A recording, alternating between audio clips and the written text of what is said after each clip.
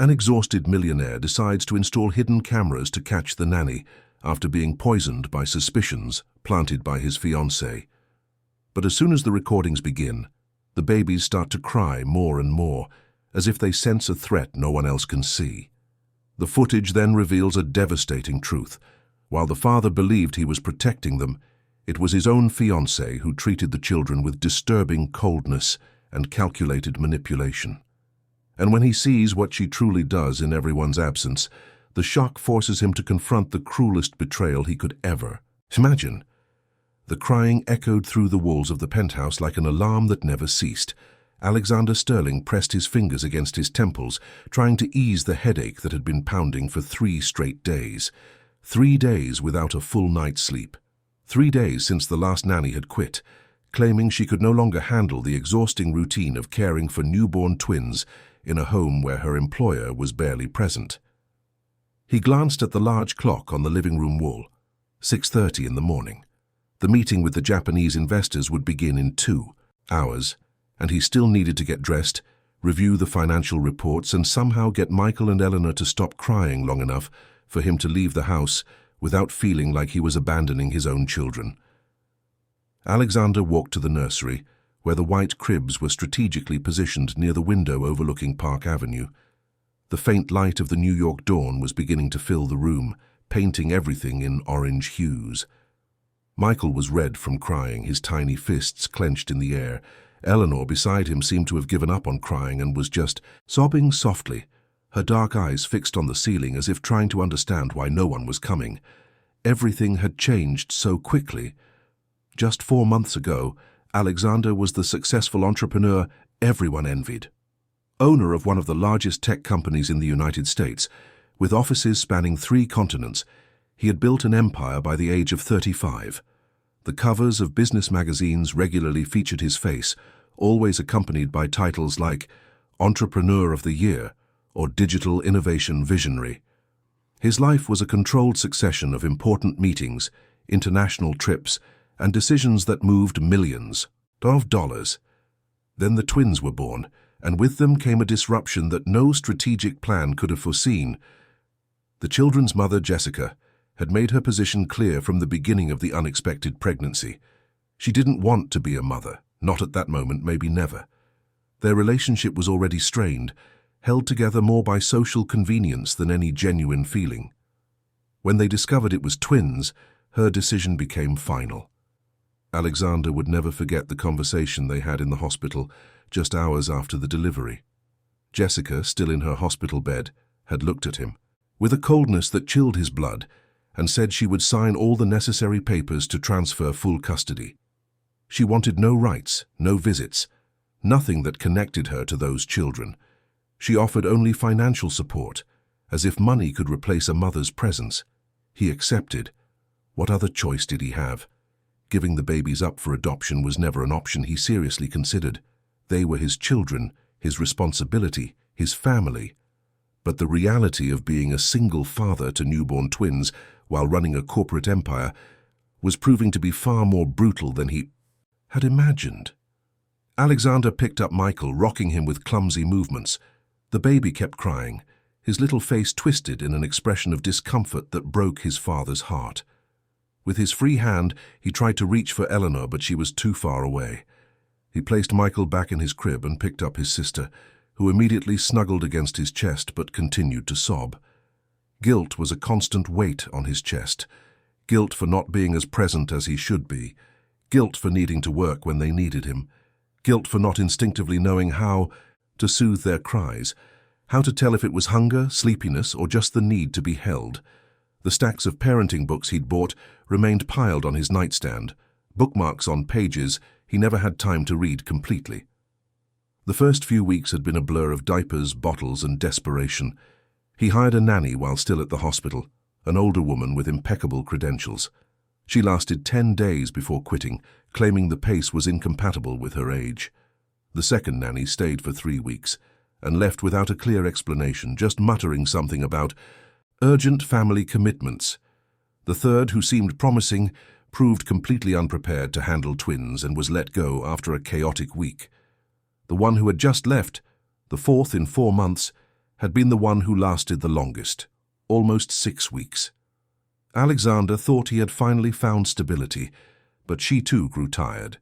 Tired of the exhausting routine, of his irregular hours, of the loneliness of caring for babies in a mansion where the employer arrived late and left early, often traveling for days at a time. Alexander placed Eleanor back in her crib and went to the kitchen to prepare the bottles. The gourmet kitchen, with its state-of-the-art appliances and Italian marble countertops, seemed to mock him with its useless grandeur. He didn't need a professional 8-burner stove or a climate-controlled wine cellar for 500 bottles. He needed help, sleep, someone who knew what to do when the babies cried like this.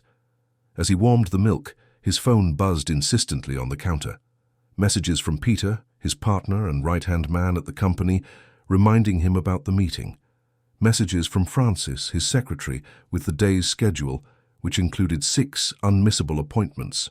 Messages from his mother, Margaret, who lived in Stamford and called every day offering help that he stubbornly refused, insisting he could handle it on his own.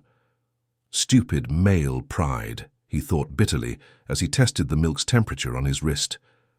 His mother was right when she said he was being too stubborn, that accepting help wasn't a sign of weakness. But Alexander had always solved all his life's problems with determination and hard work. He built a company from scratch, overcame financial crises, defeated powerful competitors. How could he admit that 2 tiny babies were defeating him? He returned to the nursery with the bottles. Michael and Eleanor were now crying in sync, a duet of despair that pierced his soul. He picked up Michael first, positioning him on his left arm and offering the bottle. The baby latched onto the nipple with desperate hunger, his little eyes finally starting to calm. Alexander used his foot to pull a nearby chair and, in a circus-worthy juggling act, managed to pick up Eleanor with his right arm and position the second bottle. For a few blessed minutes there was silence, just the soft sound of the babies feeding and the distant traffic of the waking city below. Alexander closed his eyes, savoring the rare moment of peace. His arms ached with the weight of the children. His back complained about the uncomfortable position in the chair, but he didn't care. These were his children, his blood, his most important responsibility, more significant than any $1,000,000 deal. The problem was that the responsibility for the company couldn't be ignored either. Hundreds of employees depended on the decisions he made. Investors demanded results. Contracts awaited signatures. The corporate world didn't stop to accommodate the complicated fatherhood of a CEO. Michael finished first, as always. The boy was voracious, desperate for food as if fearing it might disappear. Eleanor was more delicate, pausing frequently, her eyes closing between sips. Alexander adjusted them both on his shoulder, one on each side, patting their backs until they burped. Another small triumph in the daily war of single fatherhood. He placed them back in their cribs, now finally calm and sleepy. He took the opportunity to change their diapers quickly, a task he still hadn't fully mastered, but which no longer terrified him as it did in the beginning. Each small skill acquired felt like a monumental victory. In the bathroom, Alexander looked at his reflection in the mirror and barely recognized the man he saw. Deep, dark circles marked a face that used to exude confidence. The unshaven stubble gave him a disheveled look that completely contrasted with his polished public image. When was the last time he had gone to the gym? When was the last time he'd had a full night's sleep? The hot shower helped to wake him, but it couldn't wash away the exhaustion that seeped into his bones. He dressed on autopilot, choosing one of the Italian suits that filled his closet. Navy blue tie, English leather shoes, silver cufflinks, the armor of the successful executive, hiding the desperate father who lived underneath. Before leaving, Alexander returned to the nursery. Michael and Eleanor were finally asleep, their tiny chests rising and falling in a peaceful rhythm. He stood there for a moment, memorizing their faces. Every day they seemed different, growing and changing in ways he could barely keep up with. The fear of missing important moments was a constant anguish. His phone rang. Peter, certainly impatient.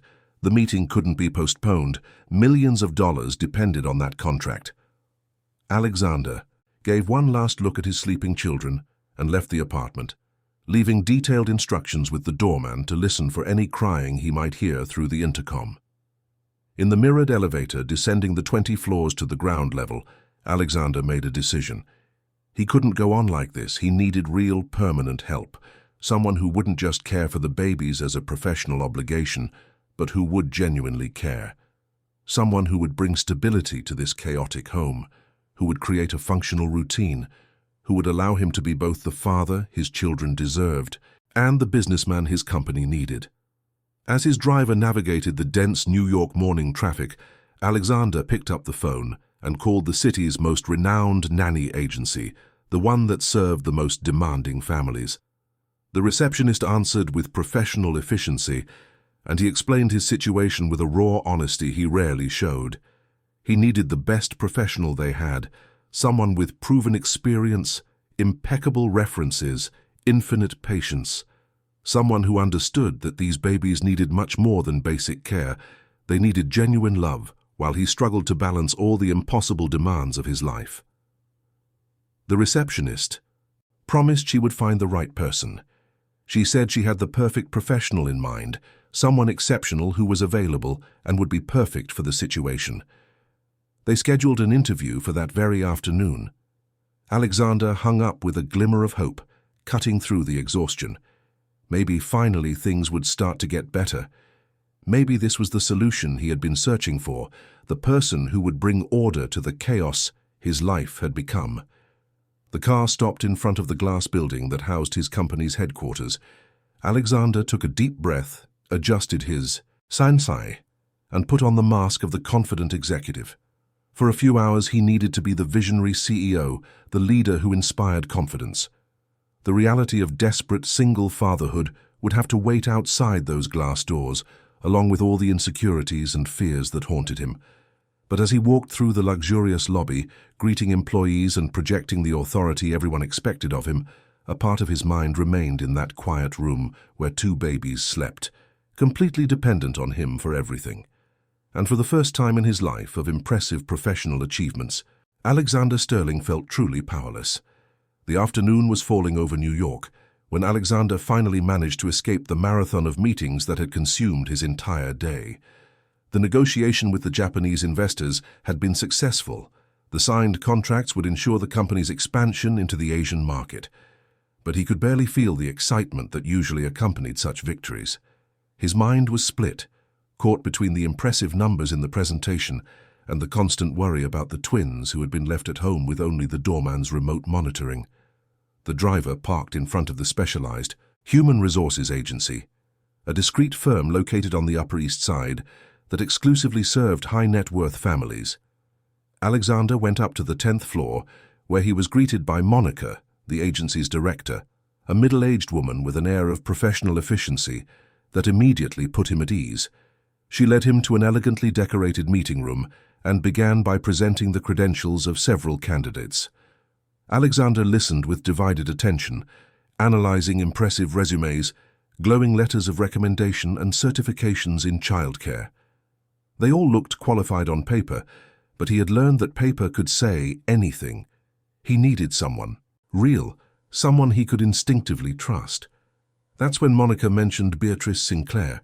There was something different in the director's tone when she spoke of this specific candidate, a reverence that wasn't present in the previous presentations. Beatrice was 42 with 17 years of experience in childcare, a specialization in the development of twins and multiples, and references that were almost fantastical. Families who had employed her wrote nearly poetic letters about her dedication, her genuine affection, and her ability to create stable and loving environments. Beatrice herself arrived 15 minutes later, and Alexander immediately felt there was something special about her. She was of average height, with dark hair tied in a simple bun, and brown eyes that conveyed a contagious serenity. There was nothing particularly striking about her appearance, but her presence filled the room with a calm and trustworthy energy. Beatrice sat with an upright yet relaxed posture, her hands gently folded in her lap. When she began to speak, her voice was soft but firm, carrying the confidence of someone who knew exactly what she was talking about. She asked questions about Michael and Eleanor with a genuine interest that didn't seem rehearsed or overly professional. She wanted to know about their emerging personalities, their sleep and feeding routines, and how Alexander felt about fatherhood. Alexander's honesty surprised even himself. He told her about the exhaustion, the constant guilt, the fear of failing his children. He admitted he didn't know what he was doing most of the time, that he was improvising and hoping for the best. He spoke about the previous nannies who hadn't worked out, about how he needed someone who truly cared, not just someone doing a job. Beatrice listened without judgment, just nodding occasionally with understanding. When he finished, she smiled with a maternal kindness that warmed something inside his chest. She said she understood the situation perfectly, that being a single father to twins was one of the most challenging responsibilities there was, and that he shouldn't blame himself for needing help. Raising children, especially babies, was never meant to be done alone. She spoke about her philosophy of care. She believed that babies needed routine and predictability, but also flexibility and attention to their individual needs. She explained that each child had a unique temperament, even twins, and that discovering and respecting those differences was fundamental. She mentioned the importance of creating healthy emotional bonds, of being truly present in moments of care, not just mechanically performing tasks. Alexander asked the necessary questions about availability and expectations. Beatrice was clear. She worked full-time with total dedication when she took on a family. She lived in a small nearby apartment, but would spend most of her time at the employer's residence. She had flexible hours and understood the demands of families where parents had demanding careers. Her goal was not just to care for the babies, but to help create a functional and harmonious home. When he asked about salary and benefits, Alexander offered a generous amount without hesitation. Money was not an issue. He would do whatever it took to ensure the best for his children. Beatrice accepted with simplicity, without negotiating or trying to extract more, which impressed Alexander positively. She wasn't there for the money, that was clear in every word she spoke. The interview lasted almost 2 hours. When they finished, Alexander was certain. This was the person he was looking for. There was something about Beatrice that inspired absolute trust, a combination of professional competence and genuine human warmth. He extended his hand, sealing the deal, and felt for the first time in months that maybe, just maybe, things were finally falling into place. Beatrice started the next day. She arrived at 7 in the morning, carrying a discreet suitcase and a bag with a few personal belongings.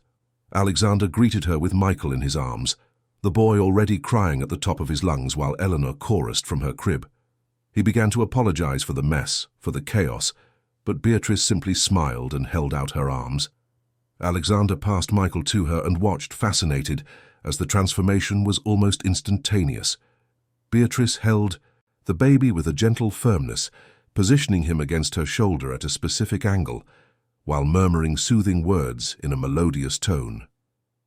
Michael began to calm down almost immediately, his sobs gradually diminishing until only a few ragged breaths remained. Beatrice walked over to the crib where Eleanor was crying, and with the baby still in one arm, managed to pick up the girl with the other.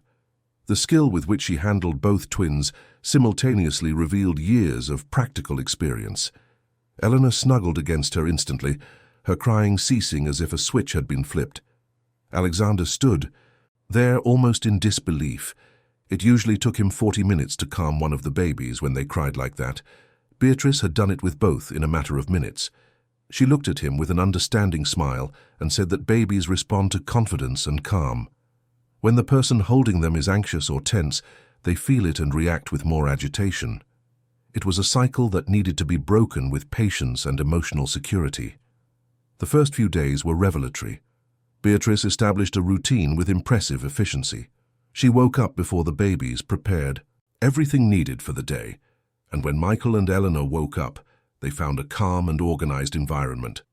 The bottles were at the perfect temperature, the diapers ready for changing, everything flowing with a harmony the house had never known.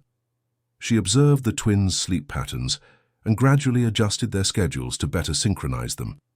She explained to Alexander that when they both slept at the same time, there were precious windows for rest and organization. She showed him swaddling techniques, different holding positions for different needs, and subtle cues that indicated hunger versus tiredness versus the need for attention. The mansion began to function like a cohesive organism. Beatrice kept everything impeccably clean without Alexander even noticing when she did it. The baby's clothes were always washed and organized, the toys sterilized, the nursery ventilated, and at the ideal temperature. She cooked simple but nutritious meals for herself and always prepared something for Alexander when he arrived late, saying that an exhausted father also needed care. What was most impressive was the genuine affection she showed. It wasn't just efficient professionalism, it was a true love that grew visibly each day. Beatrice sang lullabies in a soft voice while rocking the babies. She talked to them during diaper changes, narrating her actions in a sweet tone that made Michael and Eleanor fix their little eyes on her with growing attention. She invented age-appropriate games, stimulating them with colorful mobiles and soft sounds. Alexander began to notice dramatic changes. Michael, who had been tense and constantly crying, became calmer. His expressions relaxed, and he started to smile, something Alexander had seen only rarely before. Eleanor, always calmer but also distant, became more responsive, her eyes following Beatrice around the room, her little arms reaching out when the nanny approached. Most importantly, Alexander began to reclaim parts of himself he thought were lost. For the first time in months, he managed to sleep through an entire night without interruptions. Beatrice had taken over the night feeds, insisting that a rested father was a better father. He would wake up to find fresh coffee brewed, the babies already fed and happy, the house quiet and organized. His productivity at work skyrocketed. Without the constant exhaustion clouding his judgment, Alexander returned to being the visionary leader who had built that empire. Meetings flowed better, his decisions were more precise, and his energy to face corporate challenges returned completely. Peter commented several times on the positive change, noting that his partner seemed to be finally finding balance. But what really mattered to Alexander were the moments at home. For the first time, he could simply be a father without the crushing weight of solitary responsibility. When he arrived from work, he would find Michael and Eleanor clean, fed, and happy. Beatrice would hand them over to him with a warm smile, saying the babies had been eagerly waiting for their daddy. Alexander spent the evenings playing with his children, learning from Beatrice how to interact in ways that stimulated and calmed them. She never took on the role of a parental substitute, always positioning Alexander as the central figure, encouraging the bond between father and children. When he needed help, she was there, guiding gently without judgment. Meals became moments of pleasant conversation. Beatrice would talk about the baby's day, small achievements and funny moments, making Alexander feel that even when he was away at work, he was still connected to every development. She also listened when he needed to vent about work pressures, offering sensible perspectives with the wisdom of someone who had lived a lot and understood life's complexities. The trust between them grew naturally. Alexander realized that Beatrice wasn't there just for the generous salary. She genuinely cared for Michael and Eleanor, treating them as if they were her own family. There was a dedication in her care that transcended professionalism, a tenderness in every interaction that came from the heart. A month after Beatrice's arrival, Alexander sat in his home office late at night and recognized something he hadn't admitted before. He was happy. Despite all the pressures, all the challenges, all the complexities of being a single father, he was genuinely happy. His children were thriving, his career was solid, and it was all possible because Beatrice had brought not just competence, but humanity into that home. He looked through the half-open door into the living room where Beatrice was gently rocking Eleanor, singing softly as the baby finally gave in to sleep. Michael was already asleep in his crib, a peaceful smile on his little face. The scene was so perfect, so full of peace, that Alexander felt his chest tighten with gratitude. Finally, after months of chaos and despair, his house was a home, and Alexander knew with absolute certainty that Beatrice was the missing piece that made this family functional. She was indispensable, irreplaceable, and he would never be able to thank her enough for everything she did. Life, for the first time since the twins were born, seemed to be finally on the right track.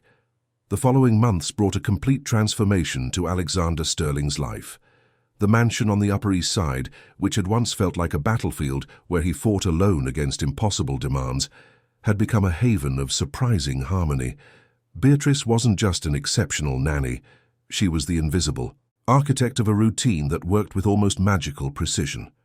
Michael and Eleanor turned 6 months old under Beatrice's dedicated care, and the changes were remarkable. Michael, who used to be a tense and tearful baby, was now a cheerful child who smiled constantly. His cheeks had filled out healthily, his eyes sparkled with growing curiosity, and he reacted to the world around him with contagious enthusiasm. Whenever Beatrice entered the room, the boy would wiggle with excitement, his little arms reaching for her with adorable eagerness. Eleanor had developed a quieter but equally charming personality. She was an attentive observer, her dark eyes following every movement around her with a seriousness that was almost comical for a baby. Beatrice said the girl would be studious when she grew up, that there was a special intelligence in the way she processed her environment. Eleanor smiled less openly than her brother, but when she smiled at Beatrice, it was with a heart-melting tenderness. The routine Beatrice had established was impressive in its efficiency.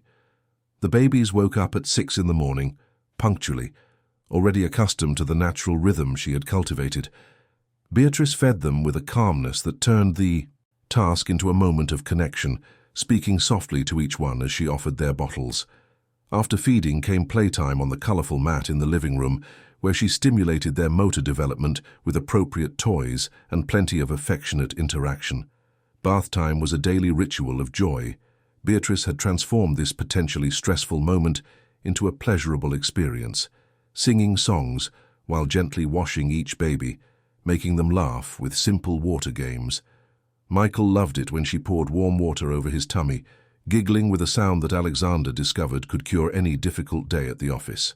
Eleanor preferred when Beatrice gently massaged her little feet, closing her eyes in contentment. The house was always impeccable, but never at the expense of attention to the babies.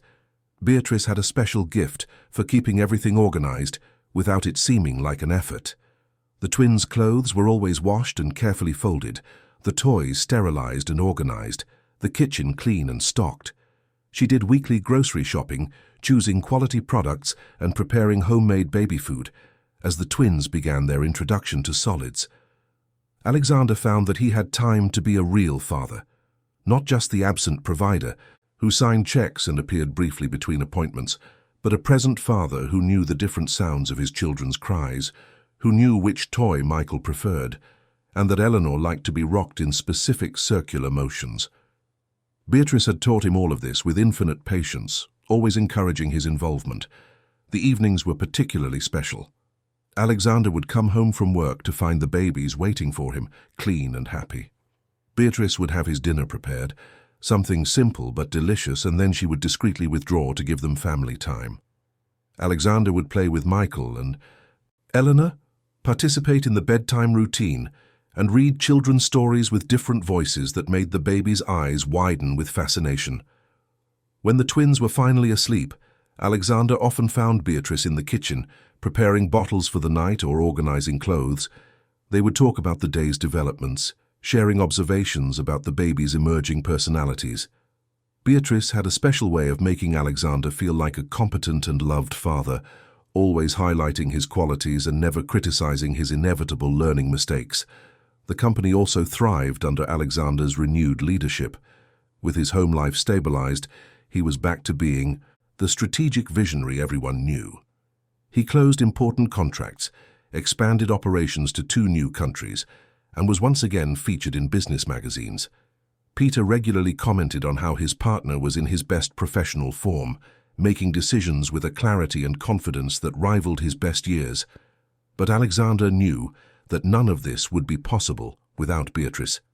She was the invisible foundation that supported everything, the person who ensured that home life ran perfectly so he could focus on professional demands. More than that, she had brought genuine love into that house, filling a void he didn't even know existed. Margaret, Alexander's mother, visited from Stamford after months of asking to meet the famous nanny her son spoke so highly of. The 60-year-old woman, with her greying hair and warm smile, arrived with a mix of curiosity and skepticism. She had always thought that no professional could truly love children like family, that there was always an inherent distance in the employer-employee relationship. Margaret changed her mind within hours. She watched how Beatrice interacted with the twins, the genuine affection in every gesture, the careful attention to each baby's needs. She saw how Michael and Eleanor reacted to her presence with evident joy, how they calmed instantly in her arms, how they smiled when they heard her voice.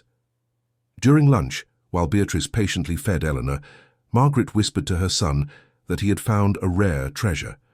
The two women developed an immediate friendship. Beatrice treated Margaret with the warm respect due a matriarch, but without artificial subservience. They talked about the babies with the shared enthusiasm of people who genuinely loved those children. When Margaret returned to Stamford 3 days later, she hugged Beatrice for a long time and thanked her for taking such good care of her son and grandchildren. Alexander generously increased Beatrice's salary, insisting she deserved much more than she was receiving.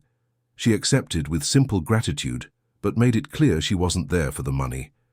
She said something that stuck in his mind, that some families touched your heart in a special way, that Michael and Eleanor had become a part of her life in a way that transcended professionalism.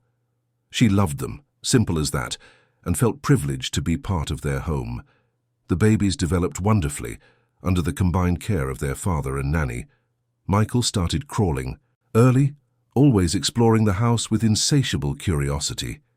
Beatrice had turned the mansion into a safe environment for exploration, removing dangerous objects and creating stimulating spaces. Eleanor, more cautious, would watch her brother from a distance before attempting the same feats, but when she decided to, she executed them with admirable determination. Their first words came at 7 months, surprisingly early. Michael babbled something that sounded distinctly like B, his affectionate nickname for Beatrice. She was changing his diaper when it happened, and her tears of joy were instantaneous. Alexander was at work when he received the video message, and he watched it repeatedly, his chest tightening with a mix of happiness and a pang of jealousy that he quickly dismissed. It was natural for the babies to first call for the person who was constantly present. Eleanor spoke a few days later, and her first word was clearer. Dada. Alexander was playing with her when it happened, and the emotional impact was overwhelming. He held his daughter against his chest, tears streaming freely as he repeated the word back to her, his heart overflowing with a love he didn't know he was capable of feeling. Beatrice captured the moment in a photo and later printed and framed it, placing it on the living room shelf along with other family pictures. She did this constantly, documenting important developments, creating tangible memories that Alexander could cherish forever. The baby album she meticulously maintained already had hundreds of photos, each accompanied by notes about the context and date. The sleep routine finally settled completely. The twins slept through the night, waking only occasionally, and even then Beatrice cared for them with a quiet efficiency that didn't disturb the rest of the house. Alexander woke up rested every morning, something that seemed like a miracle compared to the chaotic first months. Weekends became precious family time. Beatrice had Sundays off, but she often stayed in the morning to help with breakfast and prepare everything for Alexander's day alone with the children. He discovered that he could now competently care for the twins, thanks to everything she had taught him. He took Michael and Eleanor to the park, to the mall, and visited his mother in Stamford, always feeling confident and capable. Peter, his partner, commented several times on the dramatic change in Alexander. It wasn't just the recovered productivity or the brilliant strategic decisions. It was an inner peace he had never shown before, a genuine satisfaction that shone through in every interaction. Alexander admitted that he finally felt his life had real balance, that he could be successful both as a businessman and as a father. The mansion was now a home in the fullest sense of the word, not just a luxurious physical space, but an environment filled with love, children's laughter, comforting routines, and genuine connections. Beatrice was an integral part of it all, the stabilizing presence that kept everything running harmoniously. Alexander often found himself watching Beatrice with the babies, marveling at her infinite patience, at the unconditional love she showed. She sang lullabies in a melodious voice that instantly calmed any agitation. She invented creative games that made the twins giggle with joy. She cleaned up messes with an understanding smile, never showing frustration or fatigue. There was a specific moment that crystallized for Alexander just how much Beatrice meant to his family. It was a night when he arrived particularly exhausted from a difficult business trip to Washington, D.C. He found the house in its usual state of quiet organization, the babies already asleep in their cribs, a hot dinner waiting on the table. Beatrice had prepared his favorite dish, saying she knew he would need something comforting. Alexander sat at the table and, for the first time in a long while, felt tears burn his eyes. Not tears of sadness or frustration, but of deep gratitude. He looked at Beatrice, who was putting away dishes in the kitchen, humming softly, and recognized that this simple woman, with no pretense or ambition beyond caring well for those around her, had saved his family in ways he could never adequately express. He called her over, and his voice, thick with emotion, thanked her for everything she did, not just the practical care of the babies or the impeccable maintenance of the house, but for bringing humanity and love into that space, for making Michael and Eleanor grow up happy and healthy, for teaching him how to be the father he always wanted to be, for turning an impossible situation into a life full of meaning and joy. Beatrice was clearly moved, her own eyes shining with unshed tears. She simply said it was a privilege to be part of their family, that Michael and Eleanor were special gifts in her life, and that Alexander was a wonderful father who deserved all the happiness. They hugged briefly, a moment of mutual recognition of the special relationship they had built. That night, before going to sleep, Alexander went to the nursery and watched them sleep peacefully. Michael with his thumb almost in his mouth, Eleanor holding her favorite teddy bear. Two perfect little creatures who depended completely on him, but who were thriving because he had had the wisdom to accept help from the right person. Life finally made sense. The complex equation of single fatherhood and a demanding career had been solved by Beatrice's presence, and Alexander could no longer imagine what his existence would be like without her. This makeshift family, formed by a dedicated father, two adorable babies, and an exceptional nanny, was more complete and functional than many traditional families he knew. As he returned to his room, content and at peace, Alexander had no idea that this perfect balance was about to be tested in ways he could never have anticipated. A storm was approaching on the horizon, disguised as opportunity and the promise of a future, ready to challenge everything he had so carefully built. The Plaza Hotel was radiant that September night, its golden lights reflecting on the Central Park pond and creating an atmosphere of sophistication that perfectly matched the event. The annual business gala brought together the country's most important executives and entrepreneurs, a yearly celebration that Alexander usually found obligatory but tedious, empty conversations about markets and investments, false compliments, calculated smiles. He attended only because his company was one of the main sponsors. Alexander adjusted the tie of his tuxedo as he crossed the main ballroom, greeting acquaintances with firm handshakes and brief conversations. Peter was by his side, equally elegant, commenting on potential interesting contacts in the room. The night promised to be long and formal, exactly the kind of commitment he tolerated but did not enjoy. That's when he saw her for the first time. Victoria Vance was near the bar, a glass of champagne in hand, talking animatedly with a group of executives who seemed fascinated by every word that left her lips. She wore a red dress that fit her slender silhouette perfectly, her long blonde hair falling in artfully disheveled waves over her shoulders. She had the kind of beauty that commanded attention, in any room, with delicate yet striking features and a posture that radiated confidence and charm. Peter followed his partner's gaze and smiled discreetly.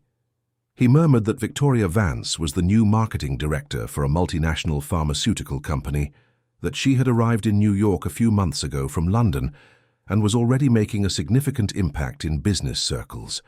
Single, ambitious, and, from what Peter had heard, extremely intelligent and strategic. Alexander normally wasn't interested in flirting at corporate events.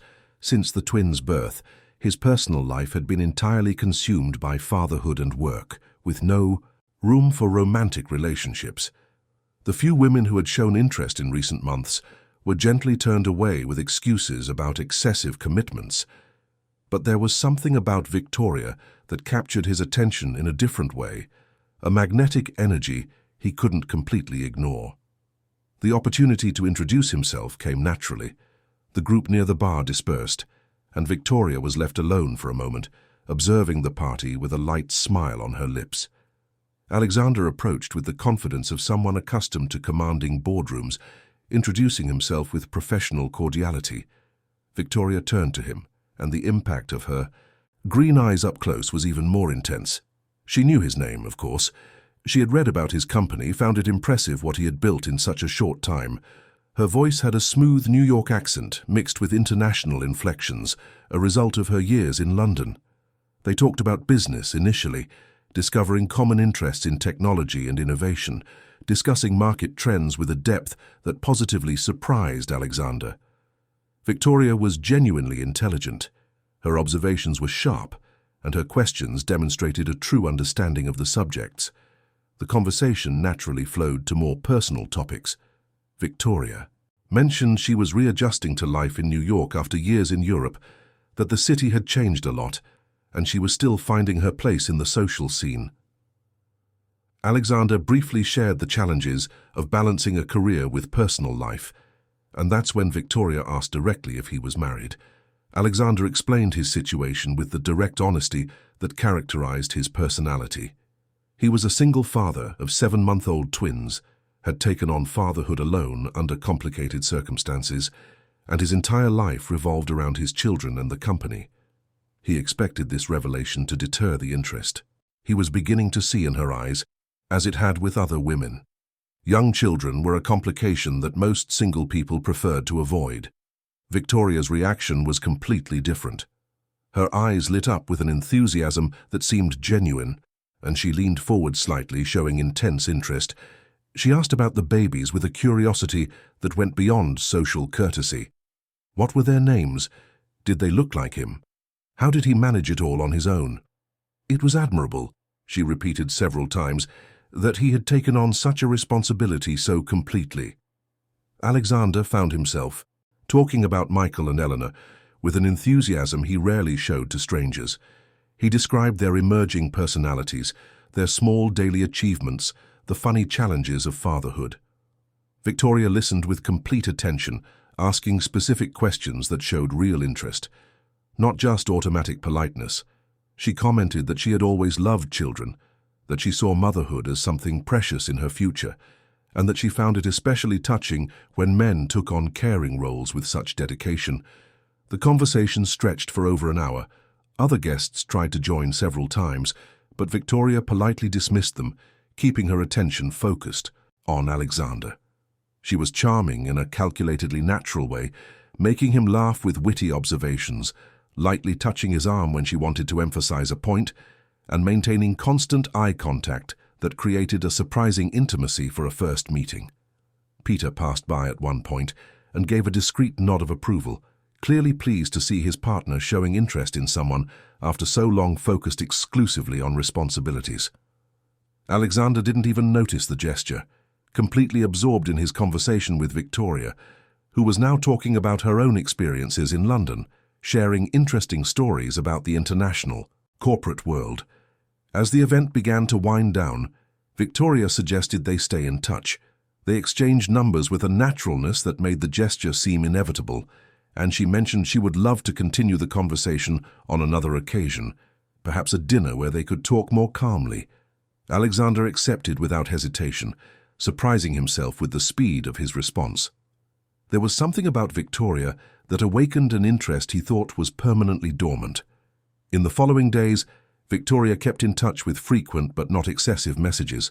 She asked about his day, shared interesting articles about technology she knew he would appreciate, and always included questions about Michael and Eleanor. How were the babies? Were they trying to crawl yet? Alexander found himself responding with details, sending pictures of the twins that she received, with enthusiastic comments about how beautiful they were. The dinner happened 2 weeks later at a chic restaurant overlooking the city. Victoria arrived stunning in a simple but sophisticated navy blue dress, and the conversation flowed even better than at the event. She made Alexander feel interesting, in a way he hadn't experienced in years, listening attentively to his stories about building the company, reacting with genuine admiration to the difficulties he had overcome. But what truly impressed Alexander was how Victoria constantly returned to the topic of the twins. She seemed fascinated by his life as a father, asking detailed questions about the daily routine, how he organized everything, and his future plans for the children. She mentioned several times that she found his dedication admirable, that few men would have the courage to take on such a great responsibility alone. Victoria spoke of her own desire to have a family eventually, that she had dedicated so much time to her career that she sometimes worried she had left the personal aspect behind. She said that meeting someone like Alexander, who balanced everything so well, was inspiring. Her eyes shone when she talked about children, and she described future scenarios where she imagined herself in a home full of life and family love.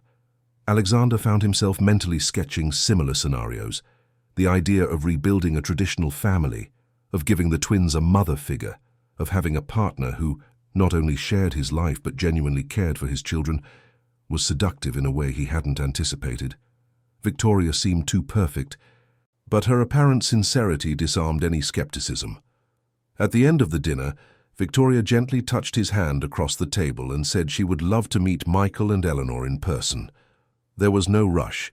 She understood that introducing someone to your children was a significant step, but she felt a real connection with Alexander and wanted to be part of all the important aspects of his life. The vulnerability with which she spoke, her eyes seeking his with genuine hope, touched something deep within him. He accepted her implied invitation, suggesting they might have lunch together the following weekend, something casual at his home where she could meet the babies without pressure. Victoria accepted with an enthusiasm that seemed pure and sincere, already making plans for what gift she could bring for the children. The days leading up to the meeting were filled with constant messages. Victoria asked about the babies' preferences, what kind of toys they liked, if they had any food allergies. She showed a thoughtful care that made Alexander feel valued in a way he hadn't experienced since the beginning of his relationship with Jessica, years before. Alexander told Beatrice about Victoria during breakfast, a few days before the scheduled meeting. He casually mentioned that a friend would be coming for lunch on Saturday and would meet the twins. Beatrice reacted with her characteristic kindness, saying it was wonderful that he was meeting new people, that he deserved companionship and happiness. She offered to prepare a special lunch and ensure the house was impeccable. What Alexander didn't notice was the slight flicker of concern that quickly passed through Beatrice's eyes, immediately replaced by her usual calm smile.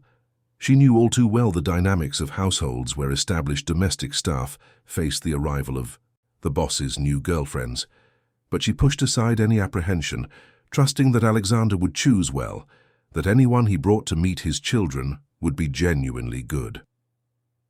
Saturday arrived with a perfect blue sky over New York.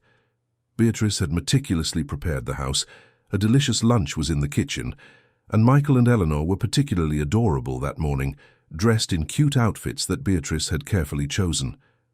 Alexander felt nervous in a way he hadn't experienced in a long time, anxious for everything to go well. Victoria arrived punctually at 11, carrying a large bag of gifts. She was casual but elegant in jeans and a white blouse, her hair tied in a ponytail that made her look younger. Her smile was radiant when Alexander opened the door, and she hugged him warmly before stepping inside. Her first sight of the babies was in the living room, where Beatrice had them sitting on the activity mat surrounded by colorful toys. Victoria let out a gasp of genuine delight, immediately kneeling on the floor and extending her hands towards the twins. Her voice became higher, sweeter, using that special tone adults naturally adopt with babies. But something unexpected happened. Michael, usually so friendly and smiling, recoiled slightly as Victoria approached.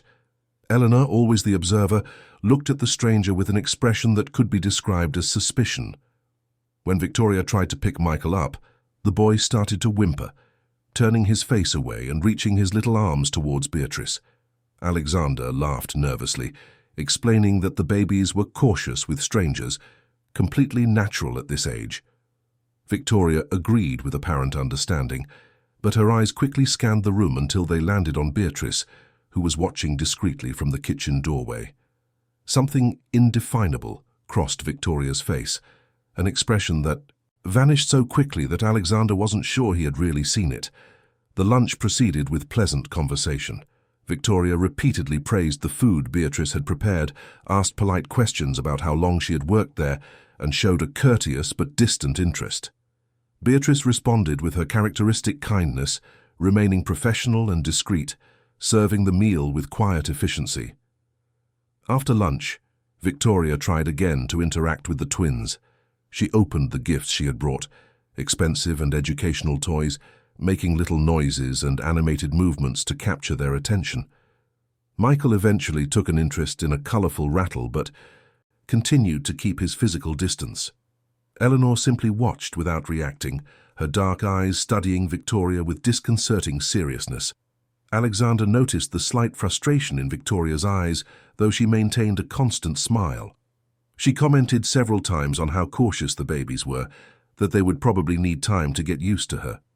She glanced at Beatrice again, and for the first time, Alexander perceived a subtle tension that hadn't been there before. Something in the air had changed, though he couldn't pinpoint exactly what it was. When Victoria left a few hours later, saying goodbye with a soft kiss on Alexander's cheek and waving cheerfully at the babies who watched her without reaction, he had no idea that he had just introduced into his life a presence that would test everything he had so carefully built. The storm was no longer just on the horizon. It had walked in through the front door, dressed in red and smiling charmingly. The following weeks brought Victoria more and more into Alexander's life. She called daily. Her messages were constant but never suffocating, always with the exact right tone of interest without pressure. She invited him to dinners at sophisticated restaurants, cultural events, art exhibitions. Alexander, who for months had lived exclusively between his office and home, found himself rediscovering the social life he had completely abandoned since the twins' birth. Victoria was the perfect companion at these events, intelligent, cultured, able to converse on any subject with genuine depth. She made him laugh with witty observations about the people around them, shared interesting insights on art and culture, and always showed real interest when he spoke about the company or the professional challenges he faced. But what impressed Alexander the most was the persistent interest she showed in the twins. At every meeting, Victoria asked about Michael and Eleanor with specific details. She remembered things Alexander had mentioned in previous conversations, like the fact that Eleanor was learning to hold objects better, or that Michael had discovered he could make funny noises with his mouth. She constantly asked for photos, always reacting with exaggerated enthusiasm about how beautiful the children were growing. It was natural, therefore, for their dates to increasingly take place at Alexander's mansion. Victoria would suggest casual lunches or dinners there, saying she preferred more intimate settings where they could truly enjoy each other's company. And, of course, she always mentioned she would love to spend more time with the babies, helping Alexander create the family bond she so longed for. Alexander accepted with growing frequency. It was convenient, time-efficient, and part of him genuinely wanted Victoria to integrate into his domestic life. If this relationship was going to evolve into something serious, and everything indicated it would, she needed to be part of the day-to-day, not just the special moments outside the home. Beatrice received these visits with her characteristic professional kindness. She prepared delicious meals when requested, kept the house immaculate, and discreetly withdrew to give the couple privacy. She never showed discomfort or jealousy, always treating Victoria with respectful courtesy. Alexander deeply appreciated this maturity, the way Beatrice understood and accepted that changes were natural in a family. What he didn't notice were the prolonged glances Victoria directed at Beatrice when she thought no one was watching.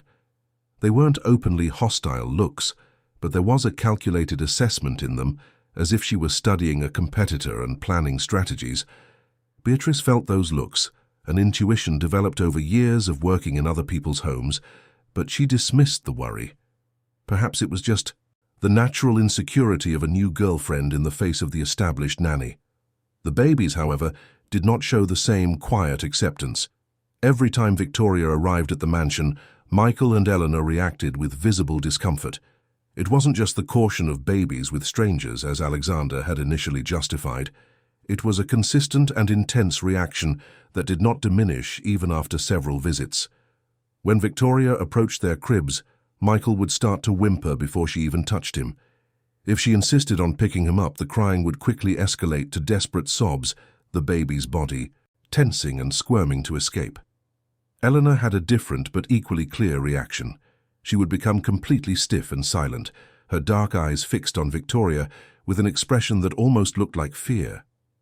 Alexander tried not to show concern, but the twins' behavior bothered him more than he admitted. Victoria, for her part, maintained a facade of patient understanding, but he began to notice subtle signs of frustration. The way her lips tightened when Michael cried, the almost imperceptible sigh when Eleanor flinched at her touch, the speed with which she returned the babies to Beatrice or Alexander when their reactions became too intense. It was during a casual dinner at the mansion, about 2 months after that first meeting, that Victoria made her first truly significant comment about Beatrice. They were on the terrace, enjoying the city's night view while drinking wine, and Alexander had casually mentioned how well the twins had reacted to a recent change in their sleep routine that Beatrice had implemented. Victoria took a sip of wine and, in a tone that seemed only slightly curious, commented that Beatrice really seemed very involved with the children, perhaps even too involved, she suggested delicately. Alexander looked at her confused, and Victoria explained with that soft smile she used when she wanted to seem helpful without being critical. She said she had noticed how the babies reacted instantly to Beatrice's presence, how they calmed down just by hearing her voice, how they seemed to constantly look for her with their eyes. It was adorable, of course, but also a little worrying. Babies at this age needed clear attachment figures, and when a nanny became too important, it sometimes created confusion about family roles. Alexander frowned, immediately defending Beatrice. She was exceptional with the children. Her involvement was exactly what he was looking for when he hired her. Wasn't it natural for babies to become attached to the person who spent the most time caring for them? Victoria agreed quickly, perhaps too quickly, saying that of course she wasn't criticizing, just making an observation. But the seed was planted. Victoria let the subject drop that night, but brought it up again in later conversations in increasingly elaborate ways. She commented on how the babies seemed to look at Beatrice before looking at Alexander when they entered a room, as if seeking her approval first. She mentioned articles she had supposedly read about inappropriate childhood emotional dependency. She subtly suggested that perhaps Beatrice was, unconsciously of course, creating a bond that went beyond what was professionally appropriate.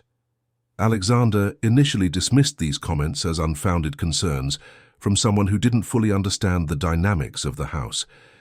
But Victoria was persistent in such a gentle and seemingly well-intentioned way that he reluctantly began to pay more attention. He watched how Michael reached for Beatrice when he cried, how Eleanor smiled instantly when the nanny entered the room, how both of them magically calmed down in her arms.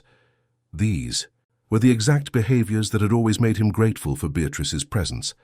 But now, filtered through Victoria's subtle observations, they began to take on a different connotation. Was it really healthy for the babies to depend on her so much? Was he allowing an employee to take on a role that should be exclusively his as a father? Victoria intensified her presence in the house, visiting almost daily now. Alexander interpreted this as a genuine desire to be part of the family, to create bonds with the twins despite their difficult reactions. She constantly brought gifts, expensive toys, and designer clothes, trying to win the children's affection with admirable persistence. But the babies did not reciprocate. Each of Victoria's visits resulted in the same pattern: Michael's crying and Eleanor's silent rigidity. Victoria began to comment on this too, suggesting that perhaps the babies were reacting not to her specifically, but to the way Beatrice was unconsciously turning them against other people. Could the nanny be, even unintentionally, conveying to the twins that only she was safe, that other people were threats? Alexander began to watch Beatrice differently. He looked for signs of what Victoria suggested, any indication that she was purposefully creating divisions, but all he saw was the same loving dedication as always. Beatrice treated the babies with genuine affection, but always encouraged their relationship with their father.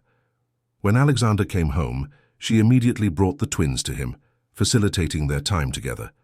She never stood between father and children, but Victoria had answers for everything. She said that subtle manipulation was just that, subtle.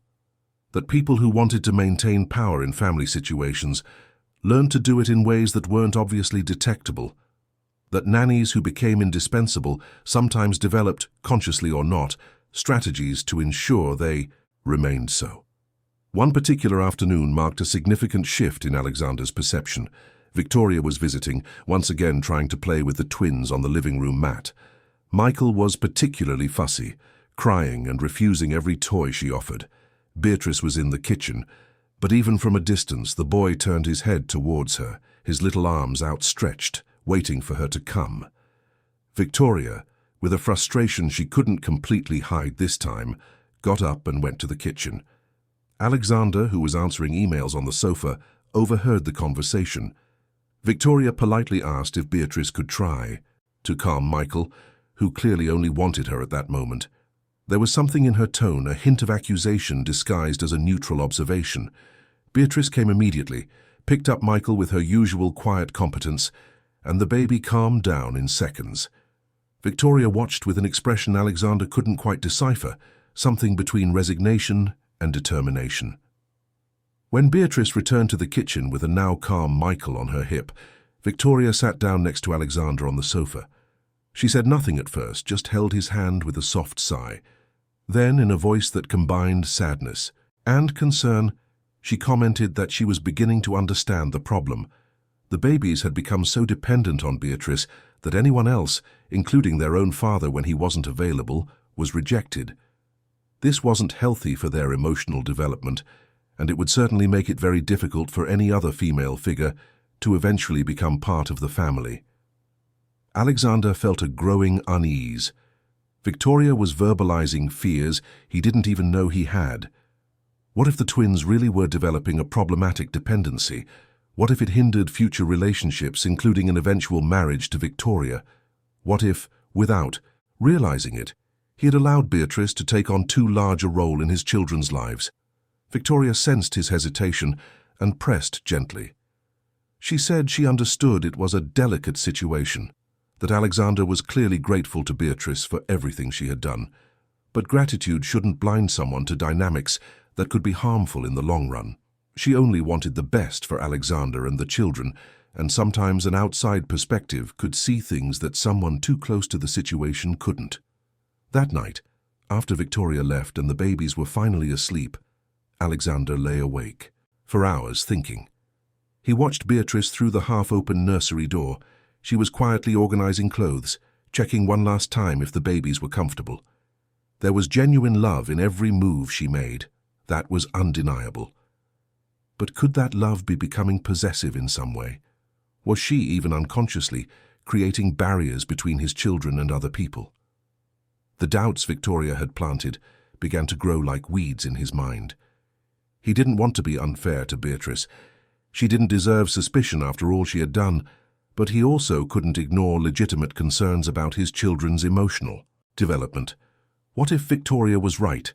What if he needed to start setting different boundaries, creating some distance between the nanny and the twins for their own good? Alexander fell asleep late, his mind churning with questions that had no easy answers. He didn't realize he was being carefully manipulated, that every doubt was strategically planted, that Victoria was executing a deliberate plan to displace Beatrice and take over the space the nanny occupied. The foundations of the trust he had so carefully built were beginning to crack, and he couldn't see the hands holding the hammer. The relationship between Alexander and Victoria evolved rapidly in the following weeks. They were now officially a couple, a fact Alexander communicated to close friends and Peter with a mix of satisfaction and relief. Victoria was exactly the kind of partner he had imagined. Intelligent, successful, sharing his values on work and ambition, and most importantly, she showed a genuine interest in being part of his family life, a rare quality to find in women willing to get involved with a man who already had children. Victoria now had free access to the mansion. Alexander had given her the gate code and a key, a significant gesture that demonstrated trust and commitment. She often arrived during the day when he was at the office, saying she wanted to spend time with the babies, help Beatrice when possible, and truly integrate into the home she hoped to one day call her own. Beatrice received these visits with the same professional cordiality as always, but Alexander began to notice a subtle tension in her that wasn't there before. Nothing explicit, just a slight reserve in her interactions with Victoria, a way of being even more discreet and distant when his girlfriend was present. He interpreted this as natural discomfort with the changing dynamics of the house, perhaps even a touch of professional insecurity. It was Victoria who first brought these observations to light. One evening during dinner, she commented that she had the impression Beatrice wasn't completely comfortable with her presence in the house. Nothing obvious, just little signs. The way the nanny quickly withdrew when Victoria arrived, how she avoided longer conversations, how she seemed to always be watching the interactions between Victoria and the children with a critical eye. Alexander initially defended Beatrice, saying she was just being discreet and respectful of their space as a couple. But Victoria gently insisted there was more to it.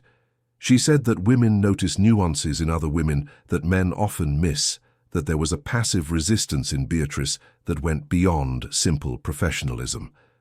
Victoria's comments about Beatrice became more frequent and specific. She began to point out small things she supposedly noticed, imperfections in the nanny's work that she presented as legitimate concerns.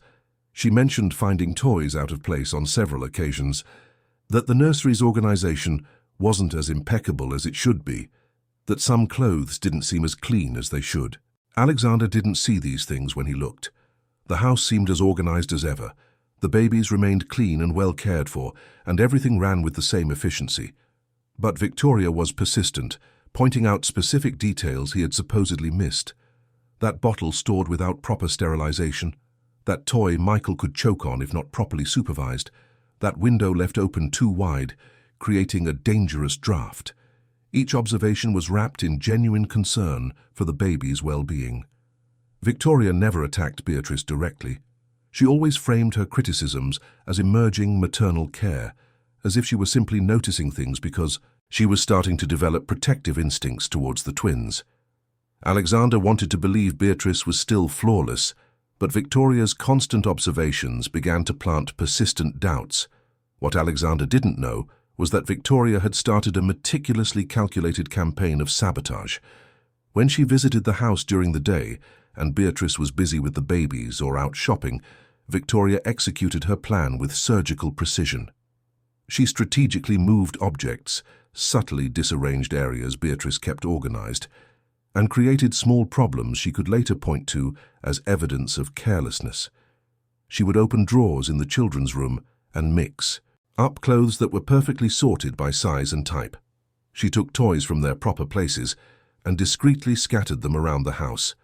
She left used bottles in places where Beatrice was supposed to have put them away. She opened windows that Beatrice carefully kept closed to control the temperature. Each action was small enough to seem like genuine oversight, but frequent enough to create a pattern of incompetence. Beatrice began to notice the discrepancies. Objects she was sure she had organized would appear out of place. Tasks she had completed needed to be redone. She found situations that made no sense, as if someone were deliberately creating chaos. But she had no proof, only a growing sense that something was wrong. And when she tried to mention these inconsistencies to Alexander, it sounded like she was making excuses for mistakes she didn't remember making. Victoria timed her discoveries perfectly. She would wait until Alexander got home and then, with impeccable timing, point out something she had supposedly just noticed. "Look, Alex, that window is open again, and the babies have runny noses. That small toy is in Michael's crib. He could have choked. The bottles weren't properly sterilized. Today, you can see milk residue." Each observation was accompanied by genuine concern and a reluctance to criticize. Victoria always emphasized that she didn't want to cause trouble, that she understood everyone made mistakes, but when it came to the baby's safety, she couldn't just ignore it. Alexander appreciated that maternal concern, interpreting it as a sign that she truly cared about his children.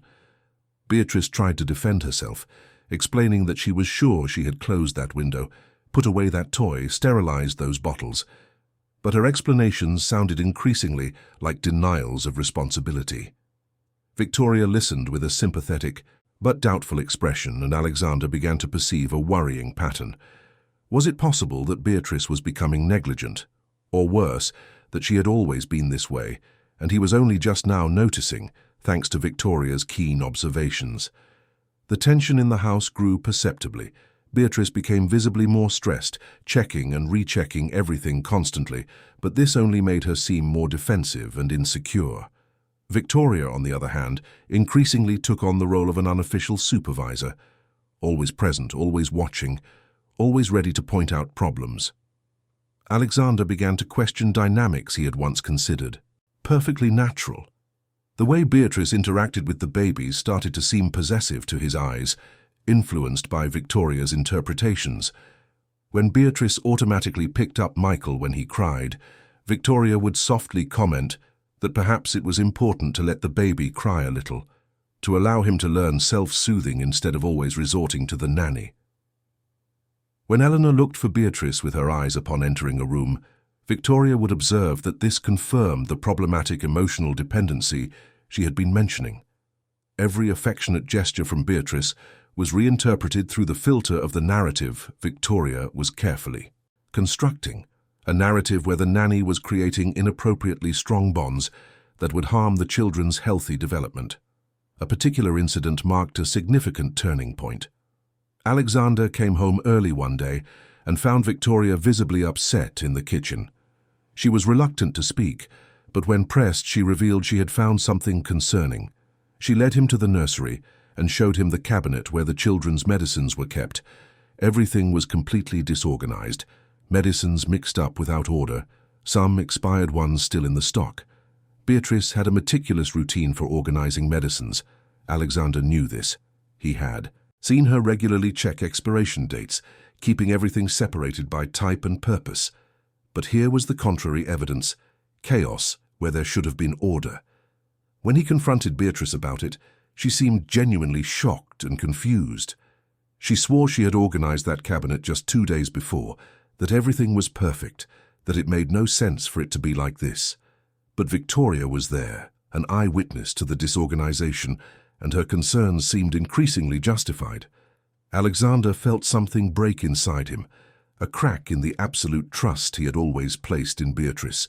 For the first time, he seriously questioned if she was being entirely honest, if she was really doing her job with the dedication he had always assumed. What neither of them saw was Victoria, the previous afternoon, when Beatrice had briefly stepped out to get the babies who were napping on the porch, silently entering the room and methodically disarranging that cabinet. She had planned every detail, ensuring she would be present to discover the problem with Alexander, solidifying her position as the attentive person who noticed what the overly busy father did not. Victoria's campaign intensified. She began to suggest that perhaps Beatrice was getting overwhelmed, that caring for twins was really too much work for one person. She offered to take on more responsibilities, to share the care, to gradually lighten Beatrice's load. She presented this as generosity and concern, but Alexander began to realize there was an implicit agenda of replacement. Victoria spoke more and more openly about her desire to take on a more active maternal role. She said that if they were building a future together, and she hoped they were, then it was natural for her to eventually become the primary female figure in the twins' lives. Beatrice was great, of course, but a nanny couldn't replace a mother, and the babies needed to start understanding the difference. Alexander found himself torn between loyalty to the woman who had saved his family in their most difficult moments and the desire to build a future with a partner who seemed genuinely committed to him and his children. Victoria was there every day now, practically living at the mansion, and her constant presence contrasted with how Beatrice increasingly withdrew, sticking only to her strictly necessary duties. The babies, ironically, remained the only clear constant. They continued to react negatively to Victoria's presence and positively to Beatrice's, but Alexander began to interpret this through the narrative Victoria had built. He saw those reactions as proof of the problematic dependency that needed to be broken, not as a child's intuition about who truly cared for them. One night, after another incident where Victoria had found toys supposedly left in a dangerous manner, Alexander made a difficult decision. He called Beatrice for a serious conversation in his office, something he had never done before. Victoria offered to leave to give them privacy, but he asked her to stay, saying she was part of the family now and should be present for important decisions. Alexander explained to Beatrice, with evident discomfort, that he had been concerned about several aspects of her work recently. He mentioned the problems Victoria had been observing, the organization and safety issues that seemed to be accumulating. Beatrice listened with growing horror, her eyes filling with tears as she tried to defend herself, to explain that something was happening that she didn't understand, that someone was moving things. But her explanations sounded desperate and unconvincing, especially with Victoria there, shaking her head slightly with an expression of condescending understanding. Alexander said he wasn't firing Beatrice, but that he needed to make changes. Her responsibilities with the babies would be drastically reduced. She would mainly handle general household chores, while Victoria gradually took over the direct care of the children. Beatrice left that office devastated, tears silently streaming down her face. Years of impeccable dedication, of genuine love for those children, of sleepless nights and days of constant care, seemed to have been erased in weeks. She knew with a painful certainty that she was being wronged, that someone had deliberately manipulated the situation. But she had no proof, only intuition and a broken heart. Alexander watched Beatrice leave with a mixture of guilt and determination. He told himself he was doing the right thing, protecting his children, building a healthy family future. Victoria held his hand with a comforting squeeze, whispering that he had made a difficult but necessary decision, that sometimes loving meant making painful choices. He wanted to believe her, needed to believe he was acting correctly. But a small part of him, which he quickly suppressed, questioned if he had just made a terrible mistake. The days following the meeting in the office brought a painful transformation to the dynamics of the house. Beatrice, who had once been the center of the twins' routine, was now confined to peripheral household tasks.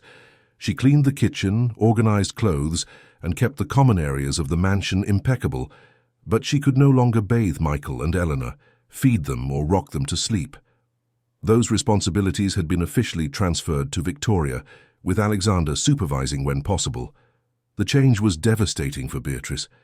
She watched from a distance, a constant lump in her throat, as she listened to the babies cry more than they had in months. Michael and Eleanor didn't understand why the person who had always cared for them was suddenly no longer there in the important moments. When Beatrice passed by in the hallway, and the babies saw her, they would desperately reach out their little arms, crying loudly, and she would have to look away to keep from breaking down completely.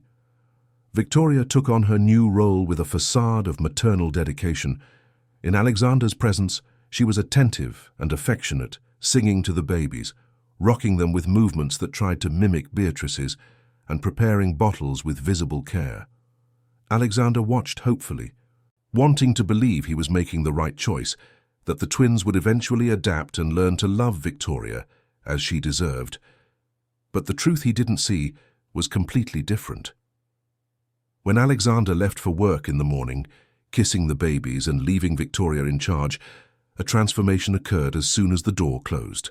The warm smile she maintained vanished instantly, replaced by an expression of boredom and irritation. Her entire posture changed, her shoulders slumping with a heavy sigh, her eyes losing any trace of affection.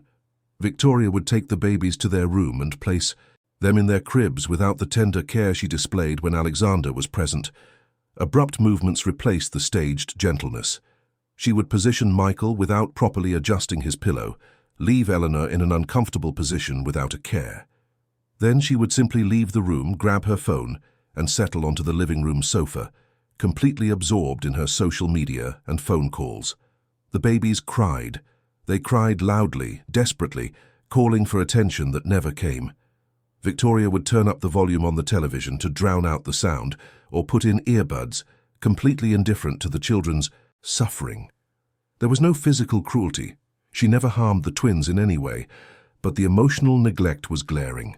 The babies were left alone in their cribs for hours, without stimulation, without affection, without the constant attention they had always received from Beatrice. When it was feeding time, Victoria performed the task with mechanical haste and visible irritation. She prepared the bottles impatiently, carelessly testing the temperature. She fed the babies, holding them haphazardly, without the loving eye contact or soft conversation that Beatrice always maintained. Michael and Eleanor would drink their milk while crying, sensing the brutal difference between the genuine care they knew and this cold, rushed attention. Diaper changes were equally mechanical. Victoria executed them with an efficiency devoid of any affection, her movements quick and impatient, without the smiles or games that made the moment special with Beatrice. If the babies cried during the change, she simply ignored it, finishing as quickly as possible and leaving them alone again. Beatrice perceived all of this in fragmented, painful glimpses. As she moved through the hallways to clean other rooms, she heard the prolonged, unconsoled crying of the babies. Her heart broke each time, her maternal instinct screaming for her to enter that room and pick up the children. But the new rules were clear. She was not to interfere with the care that was now Victoria's responsibility.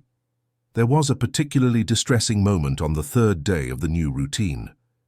Beatrice was folding laundry when she heard Michael and Eleanor crying intensely. The crying continued for over 20 minutes without subsiding, a time that felt like an eternity to someone who loved those children as she did. Unable to bear it, Beatrice walked silently to the living room and saw a scene that horrified her.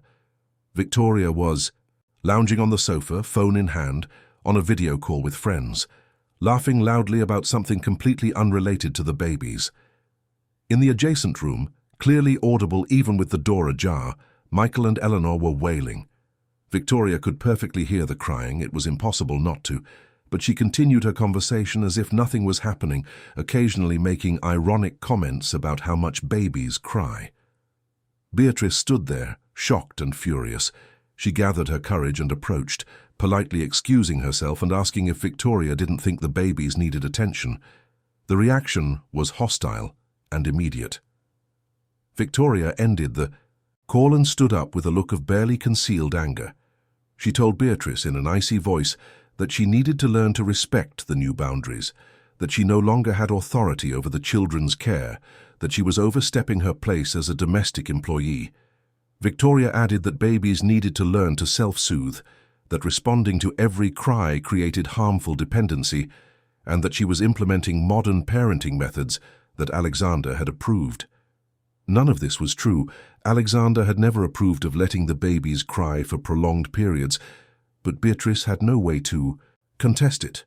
She retreated, tears of frustration burning her eyes, feeling powerless in the face of the injustice she was witnessing. The days turned into an agonizing routine.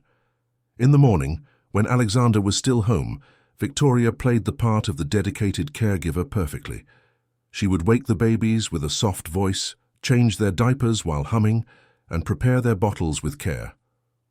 Alexander watched, satisfied, interpreting any crying or fussiness from the twins as natural resistance to change that would eventually pass. But as soon as he left, the mask dropped.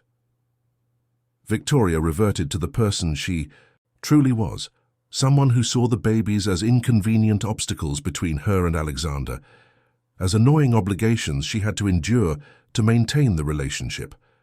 She would spend hours on her phone while the twins remained in their cribs without attention. When they cried to be held, she would simply close their bedroom door so she wouldn't hear the noise. Moments of physical care were performed with the minimum necessary effort. Victoria fed the babies quickly, changed diapers mechanically, and gave them rushed baths.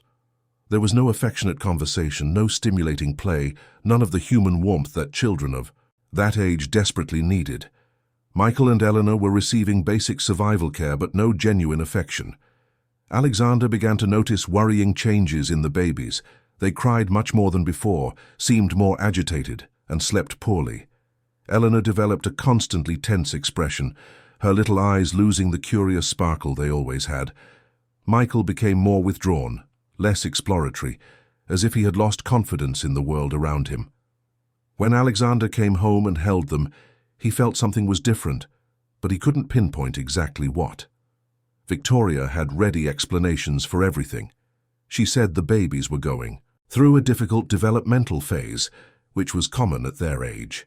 She suggested they were feeling the positive effects of finally learning emotional independence, moving away from the harmful dependency Beatrice had created.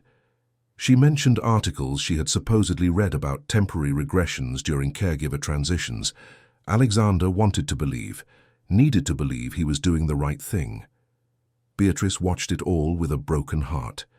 She saw the babies she loved withering emotionally, losing the joy and security they had always shown. She tried to speak to Alexander once, gently mentioning that perhaps the twins needed more direct attention, but he interpreted it as professional jealousy and resistance to necessary changes. Victoria was there when that conversation happened, and her silent, warning glare at Beatrice was clear. Do not interfere, or there will be consequences. The situation reached a critical point one afternoon, when Beatrice needed to enter the nursery to get clothes for the laundry. She found Michael and Eleanor both crying, their diapers clearly needing to be changed for hours, while Victoria was in the living room watching a series on her streaming account, completely absorbed and indifferent. Beatrice couldn't take it. She instinctively picked up. Michael and the baby clung to her desperately, his cries turning into sobs of relief. Victoria appeared at the doorway seconds later, her expression furious. She snatched Michael from Beatrice's arms with a rough movement that startled the baby, making him cry even louder. She said in a cold, threatening voice that Beatrice was deliberately sabotaging her relationship with the children, and that if she didn't stop interfering, Victoria would ensure she was fired completely. Beatrice backed away, trembling with impotent rage and overwhelming sadness. That night, Beatrice cried alone in her small room at the back of the mansion. All those months of loving dedication, of sleepless nights caring for the sick twins, of shared joy in every small development, seemed to have been erased. She was being forced to watch children she loved suffer from emotional neglect, and there was nothing she could do without risking her job entirely and any chance of eventually helping them. Alexander, in his master bedroom, was also restless. He held a recent photo of the twins, taken weeks before when they were still smiling, happy babies. He mentally compared it to the tense, unhappy expressions he saw now, the constant crying, the disturbed sleep, the unrelenting agitation. It all weighed on his mind. Victoria slept beside him, breathing peacefully, but he lay awake for hours, a growing sense that something was terribly wrong refusing to be ignored. Something had to change, he thought, as he watched the illuminated city through the window, but he didn't know what exactly, nor how to uncover the truth that was hidden in plain sight. The babies were trying to communicate their suffering in the only way they knew, through crying and agitation, but the adults around them were misinterpreting all the signs. The truth remained hidden, waiting for a way to reveal itself, while Michael and Eleanor continued to suffer neglect disguised as modern maternal care. The storm that had been forming was about to reach its peak, but before the truth could emerge, the situation would have to get even worse, forcing Alexander to finally see beyond the carefully constructed manipulations that clouded his vision. And that revelation would come in a way that no one, especially Victoria, could anticipate or control. The following 2 weeks brought an alarming deterioration in the twins' health and behavior.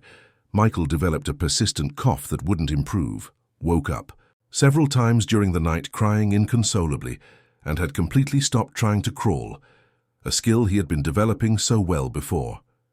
Eleanor became even more withdrawn, spending long periods just staring into space, not reacting to stimuli that once excited her. Alexander took the babies to the pediatrician 3 times in 10 days. The doctor examined the children thoroughly, ran tests, and declared that they were physically healthy. Michael's cough was the result of a minor cold that was already improving, nothing to worry about. But Dr. Silver, an experienced professional who had been caring for the family since the twins' birth, made observations that deeply troubled Alexander. The pediatrician commented that there was something different about the babies, a change he couldn't precisely define. They seemed less engaged, less curious, as if some of their vitality had diminished.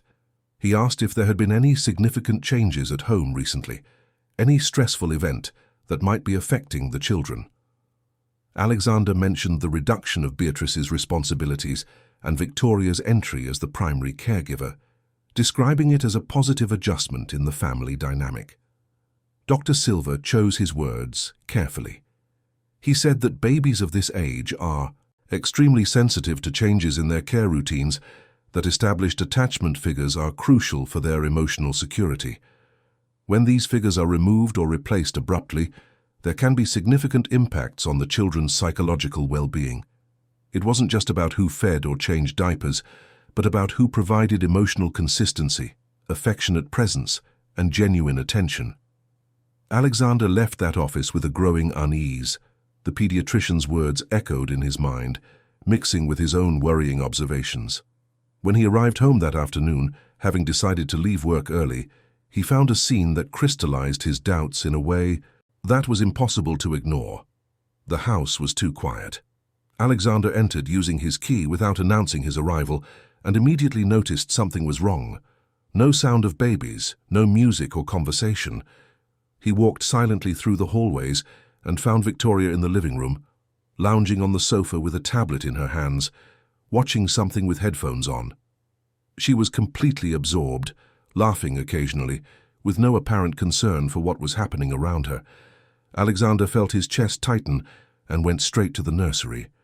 The door was closed, something Beatrice never did when the babies were awake. He opened it silently, and the scene he found sent a chill down his spine. Michael and Eleanor were in their cribs, clearly having been awake for a long time. Both of their diapers were visibly soiled, there were dried tear tracks on their little faces, and they had that look of resignation that babies develop when they cry for so long, without a response, that they simply stop. When the twins saw their father, they reacted with desperate intensity. Michael started crying loudly immediately, his little arms outstretched with a heart-wrenching urgency. Eleanor, who had been silent, let out a sharp cry of relief and need. Alexander picked them both up, one in each arm, and they clung to him with a surprising strength for such small babies, as if afraid of being left alone again. Their diapers were so wet they had leaked. The babies' clothes were damp and cold. Alexander mentally calculated how long it would take for them to get into that state and felt anger rising within him. Hours. The babies had been left alone for hours, without attention, without care, while Victoria entertained herself on the sofa. He returned to the living room, carrying the two crying twins. Victoria still hadn't noticed his presence, completely immersed in her screen. Alexander stood in front of her and waited. It took almost a minute for her to finally look up, and when she saw Alexander there with the babies, her expression quickly shifted from surprise to something that tried to be an innocent explanation. Alexander kept his voice controlled but cold. He asked how long the babies had been alone in the room. Victoria took off her headphones, stammering that it hadn't been that long, that she had just given them a bottle a little while ago and put them down for a nap. Alexander looked at the soaked diapers, the tear-stained faces, and asked again, this time more firmly. How long exactly? Victoria realized she couldn't lie completely. She admitted that perhaps she had gotten a little distracted.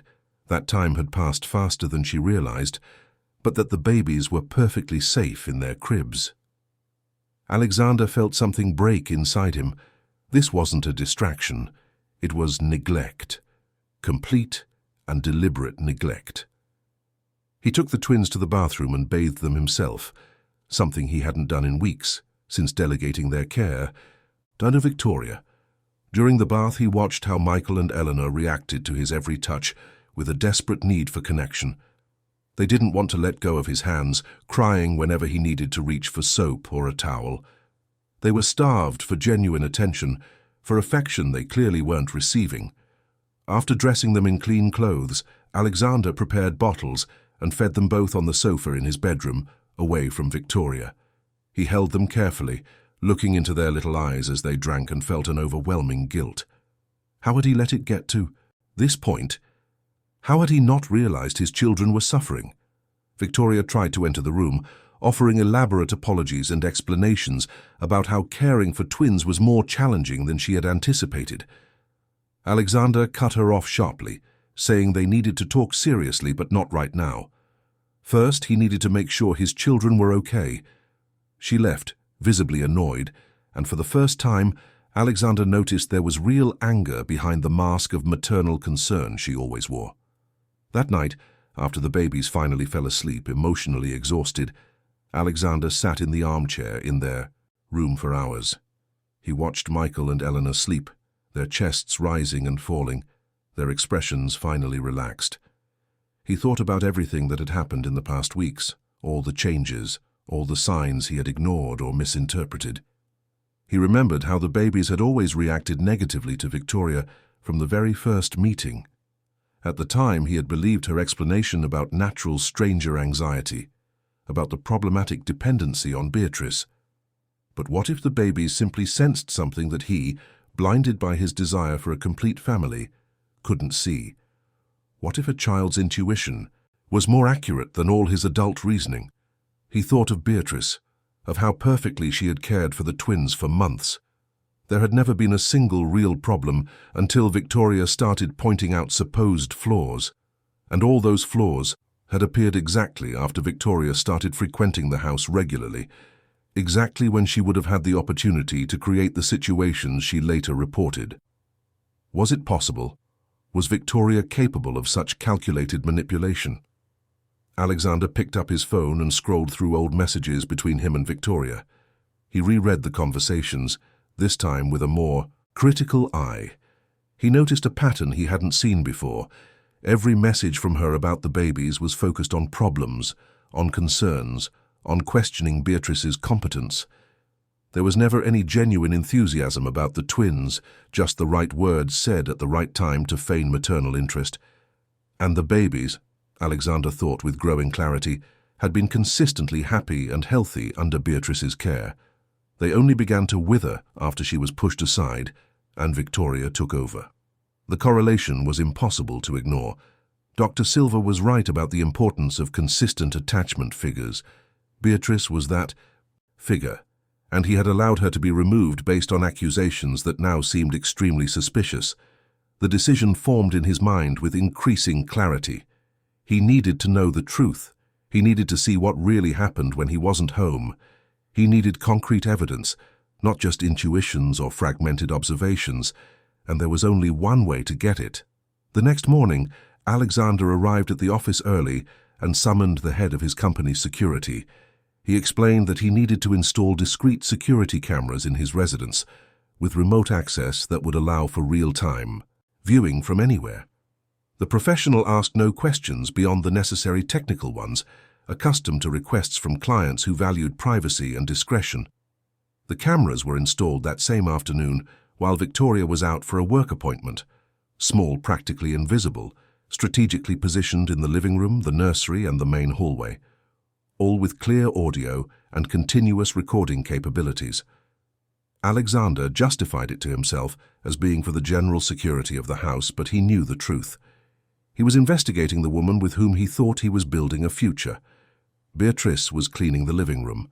As the technicians worked, she noticed the installations but said nothing, just continued her tasks silently. Alexander caught a look from her, brief but significant, as if she knew exactly why those cameras were being installed and completely approved. When everything was set up, Alexander tested the system from his office. He could see every room clearly. The audio was perfect, and the recording worked automatically. He felt simultaneously hopeful and terrified. Hopeful that perhaps his suspicions were unfounded, that Victoria would prove to be the dedicated partner she claimed to be. Terrified that his worst intuitions were correct and that he had made a terrible mistake with his children. Victoria returned home that evening without noticing anything different. The cameras were too discreet, installed in natural-looking places. Alexander said nothing, maintained their normal routine, had dinner with her, talked about his day. But when he went to bed, he set up alerts on his phone to notify him of any movement on the cameras the next day. The following morning, Alexander left for work as usual, kissing the twins and bidding Victoria farewell with a casual wave. But this time, as soon as he reached his office, he opened the monitoring app on his computer. He was going to find out the truth, whatever it was. He was going to see with his own eyes what really happened in his home when he wasn't there.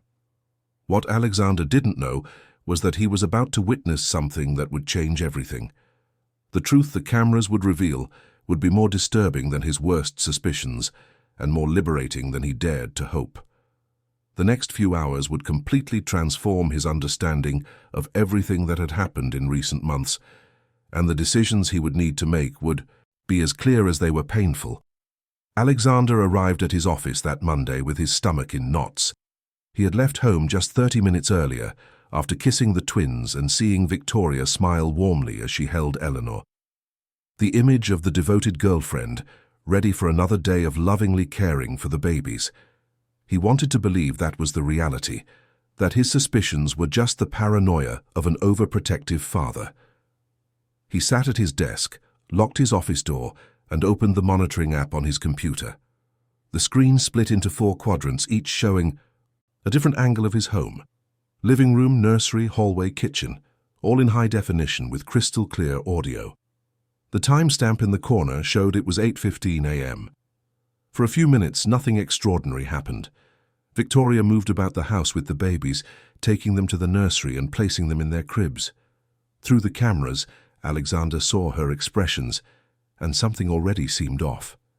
There was none of the warm smile she maintained when he was present, just a neutral, almost bored expression. Alexander watched as Victoria left the nursery and went to the living room. She took her phone from her purse and flopped onto the sofa with a heavy sigh. A sigh of relief, like someone finally free from a tedious obligation.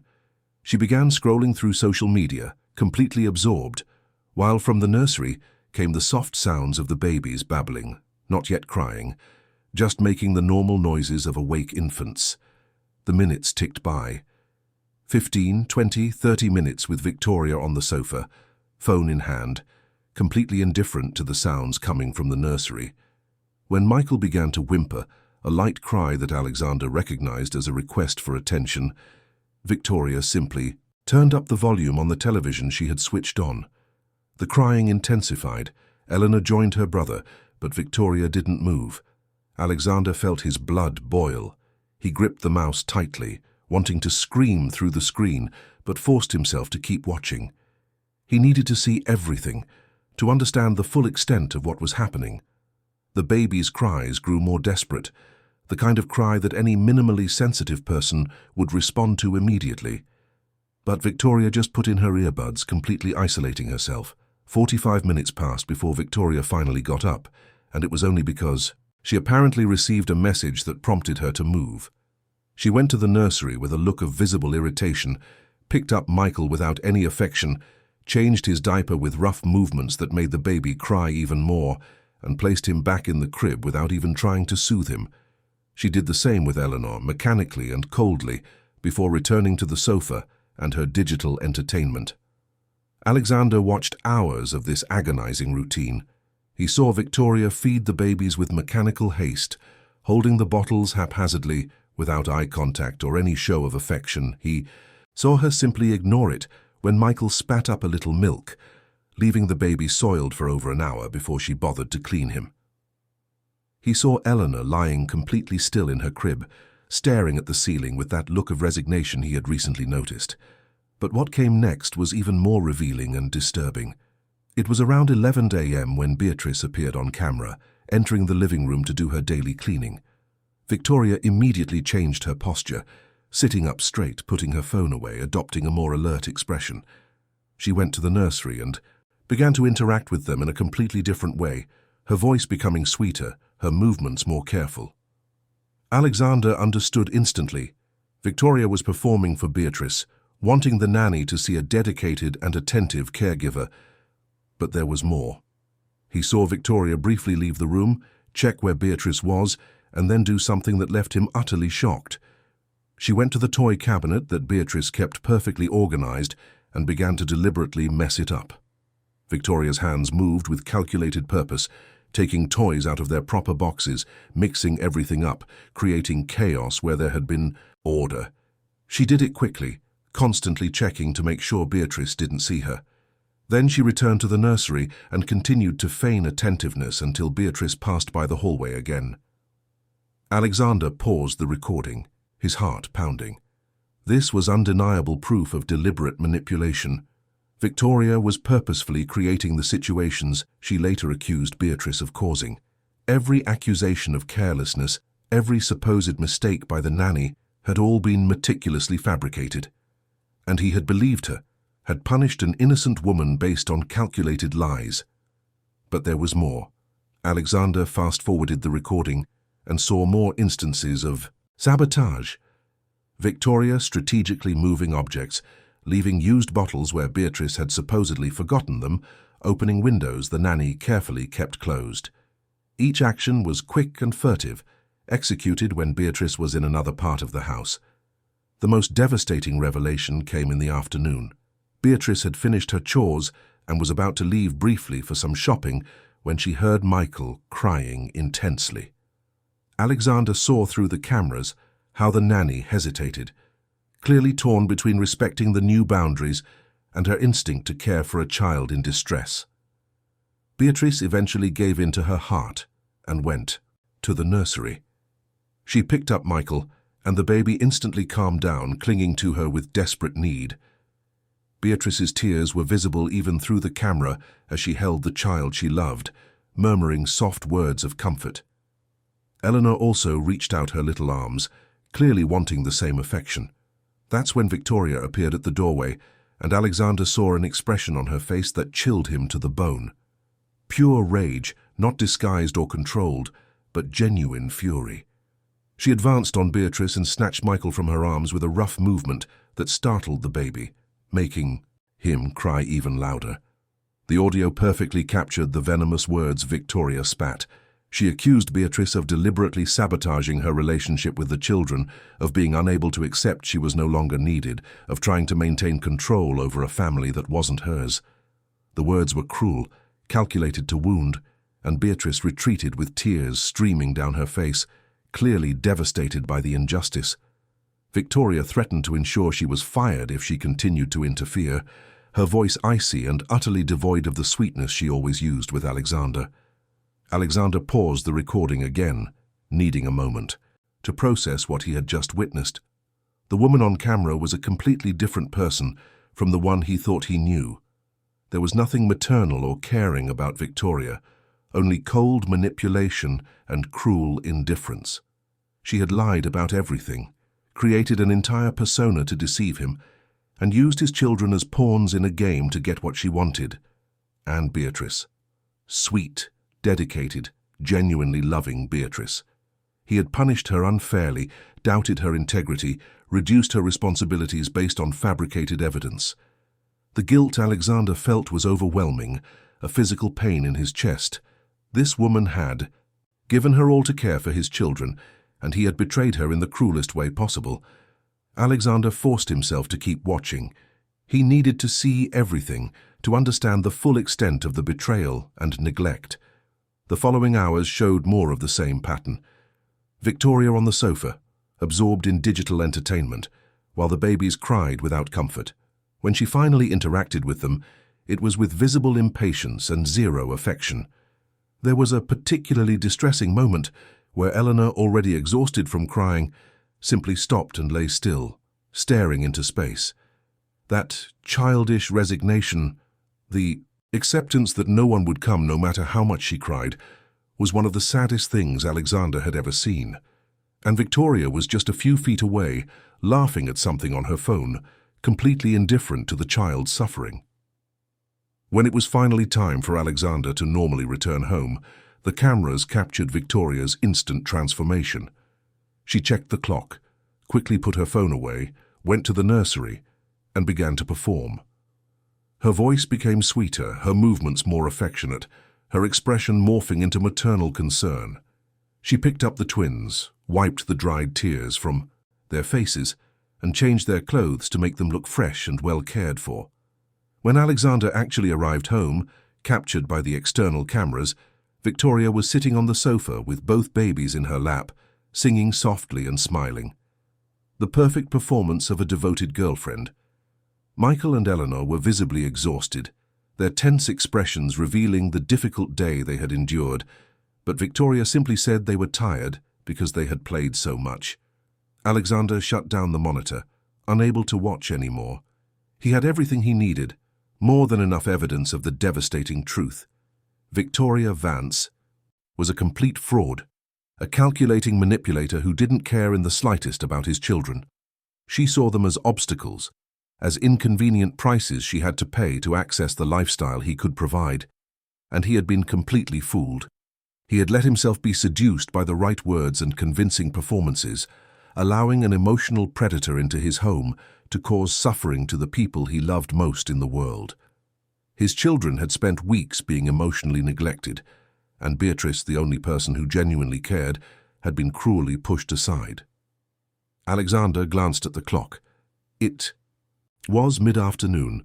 He was technically in several important meetings, but none of that mattered now. He cancelled everything with quick messages to his secretary, ignoring concerned questions from Peter, and grabbed his coat. He had to go home immediately. He had to correct the terrible mistake he had made, protect his children, and confront the woman who had betrayed his trust so despicably. But first, Alexander copied all the recordings to a separate drive. Evidence that could not be denied or explained away. Hours of video showing exactly who Victoria really was when she thought no one was watching. Incontestable. Proof of the manipulation, the neglect, the cruelty disguised as maternal care. As he drove through the city towards the Upper East Side, Alexander felt a clarity of purpose he hadn't experienced in months. There would be no long conversations or second chances. Victoria had to leave his house immediately, and Beatrice had to be restored to the position she should never have lost. His children deserved the best possible care, and he finally understood who truly provided it. The storm that had been brewing was about to reach its climax with full force, and this time, when the thunder roared, it would be the truth, finally making itself heard, clear and undeniable. Alexander walked into his home with determined steps, his jaw tight and his eyes fixed. He found Victoria exactly where the cameras showed she spent most of her time, lounging on the living room sofa with her phone in hand. She looked up, surprised to see him home so early, her automatic smile forming as she began to stand. But something in his expression made her pause. Alexander wasted no time on pleasantries. His voice came out controlled but icy, each word laden with a contained rage he rarely showed. He asked where the babies were. Victoria replied in her usual sweet voice that they were in their room taking a nap, that she had just put them down to sleep. The casual lie, told so easily, only intensified his fury. He went straight to the nursery and found Michael and Eleanor awake in their cribs, staring at the ceiling with that look of resignation he now recognized for what it truly was. Emotional abandonment, neglect disguised as care. He picked them both up, feeling them cling to him desperately, and returned to the living room where Victoria now stood, a false concern beginning to appear on her face.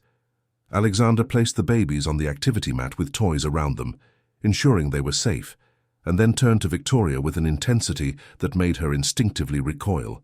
He said only one word, loaded with all the knowledge he now possessed. Cameras.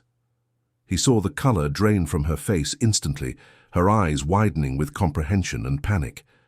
Victoria tried to regain her composure, starting to stammer something about not understanding what he was talking about. But Alexander cut her off sharply. He said he had seen everything, every second of the last 24 hours, and that he had it all recorded. He had seen how she really treated his children when she thought no one was watching, seen the deliberate neglect, the calculated coldness, the complete indifference to the suffering of two helpless children. Victoria's mask began to crack. She tried to argue, saying he didn't understand, that caring for twins was much harder than it looked, that she was doing her best, but her voice sounded desperate now. There was none of the smooth confidence that had always characterized her manipulations. Alexander pulled out his phone and began playing clips from the recordings. Victoria watched in growing horror as she saw herself on the sofa, phone in hand, completely ignoring the crying babies. She saw the moment she deliberately messed up the toy cabinet, creating false evidence against Beatrice. She saw her own face contorted in rage as she snatched Michael from the nanny's arms. Each clip was an irrefutable condemnation, visual proof of everything she had done. She attempted one last defense, saying she was stressed, that the cameras didn't show the full context, that she really cared, but was overwhelmed. Alexander interrupted, her with a coldness he didn't know he was capable of. He said the recordings showed the exact full context, hours upon hours of deliberate neglect, calculated manipulation, and emotional cruelty disguised as maternal care. But it wasn't just about the neglect of the babies, Alexander continued, his voice growing harsher. It was about the systematic campaign of destruction she had waged against Beatrice. The recordings showed everything, how Victoria had fabricated evidence, deliberately created problems to then blame the nanny, and manipulated every situation to make an innocent woman look incompetent. Beatrice, who had cared for his children perfectly for months, had been cruelly slandered and pushed aside by calculated lies. Victoria realized there was no escape. Her expression changed, the mask falling away completely for the first time. What emerged was something different, cold and calculating, without the disguise of human warmth. She crossed her arms and sarcastically asked what exactly he expected, that she would instantly fall in love with another woman's children, that caring for crying babies was her idea of a good time. The brutal honesty of those words left Alexander momentarily speechless. Victoria continued, her voice losing all the artificial sweetness she always used. She said she wanted Alexander, his lifestyle, his social standing, not the complications that came with it. The babies were inconvenient obstacles she was willing to tolerate, but she wasn't going to pretend she enjoyed that part. As for Beatrice, she was just in the way, creating a dynamic that made it difficult for Victoria to assume the role she wanted in his life. Alexander felt nauseous listening to those words. The woman in front of him was a completely different person from the one he thought he knew. It had all been a performance.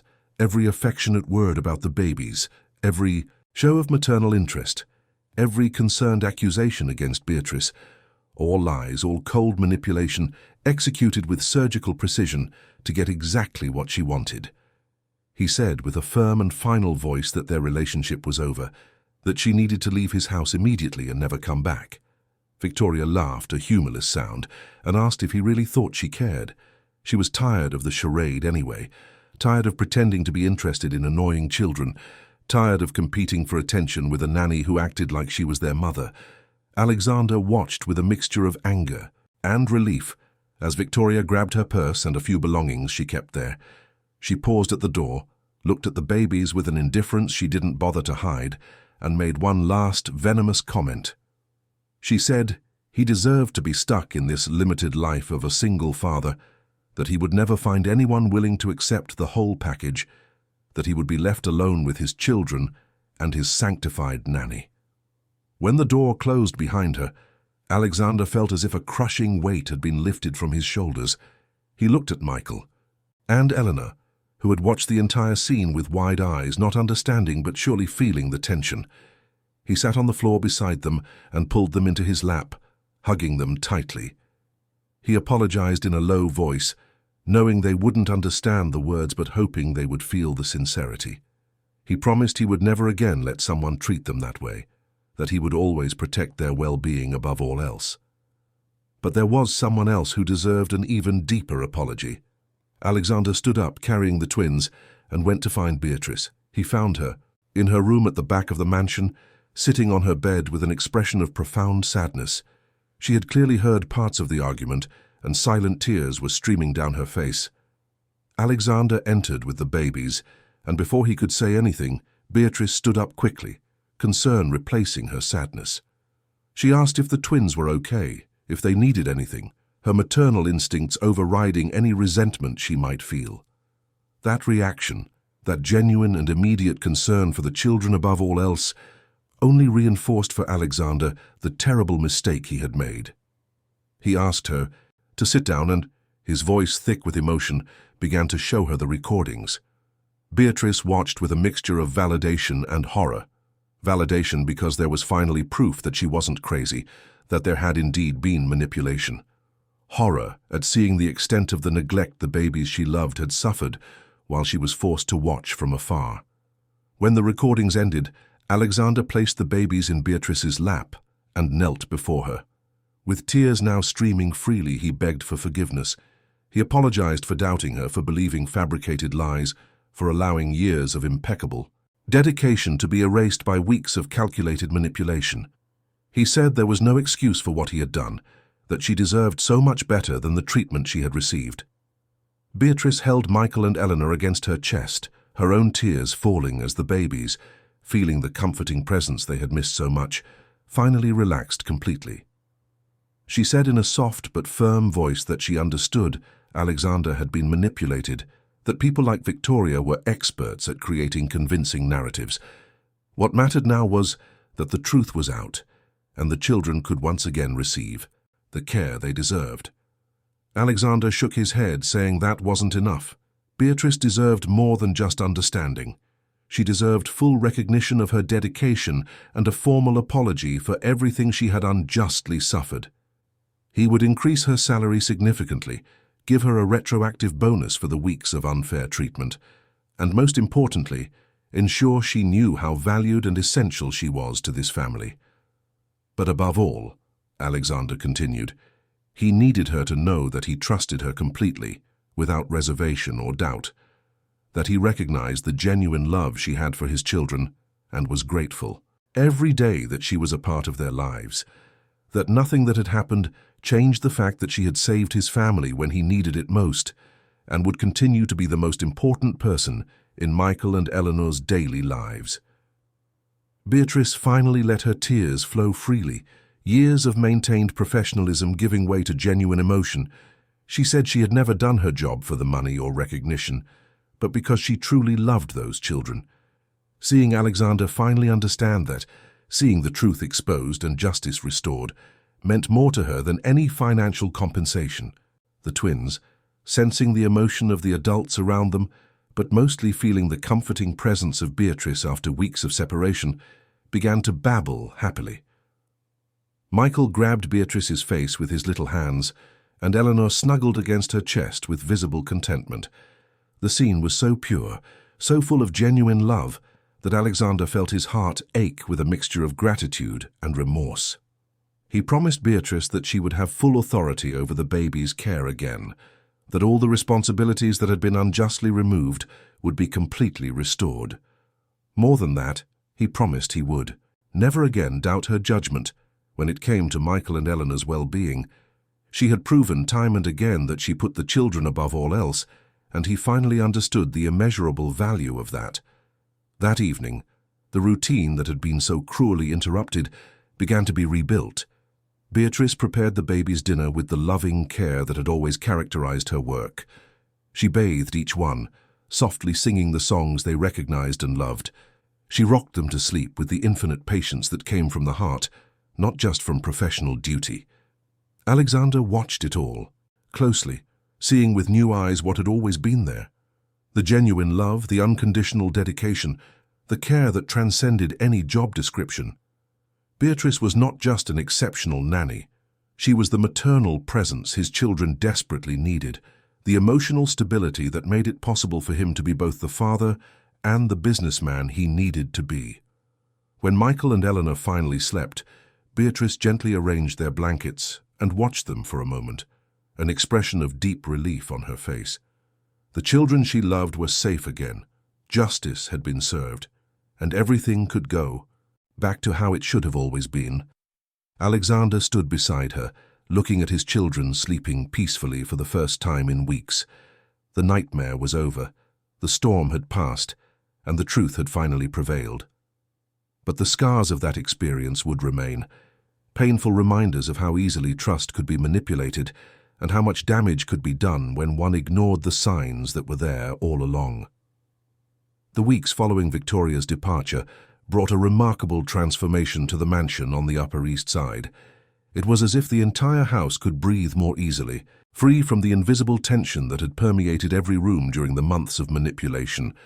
Alexander implemented immediate and significant changes, starting with a substantial increase in Beatrice's salary and a generous bonus that attempted, however inadequately, to compensate for the unjust suffering she had endured. But more important than any financial compensation was the complete restoration of Beatrice's trust and autonomy. Alexander made it explicitly clear that she had full authority over all decisions related to the twins' daily care. From choices about feeding and sleep routines to minor medical issues, Beatrice was once again in charge, and Alexander made sure to communicate this not just in words, but through consistent actions that demonstrated genuine respect for her judgment.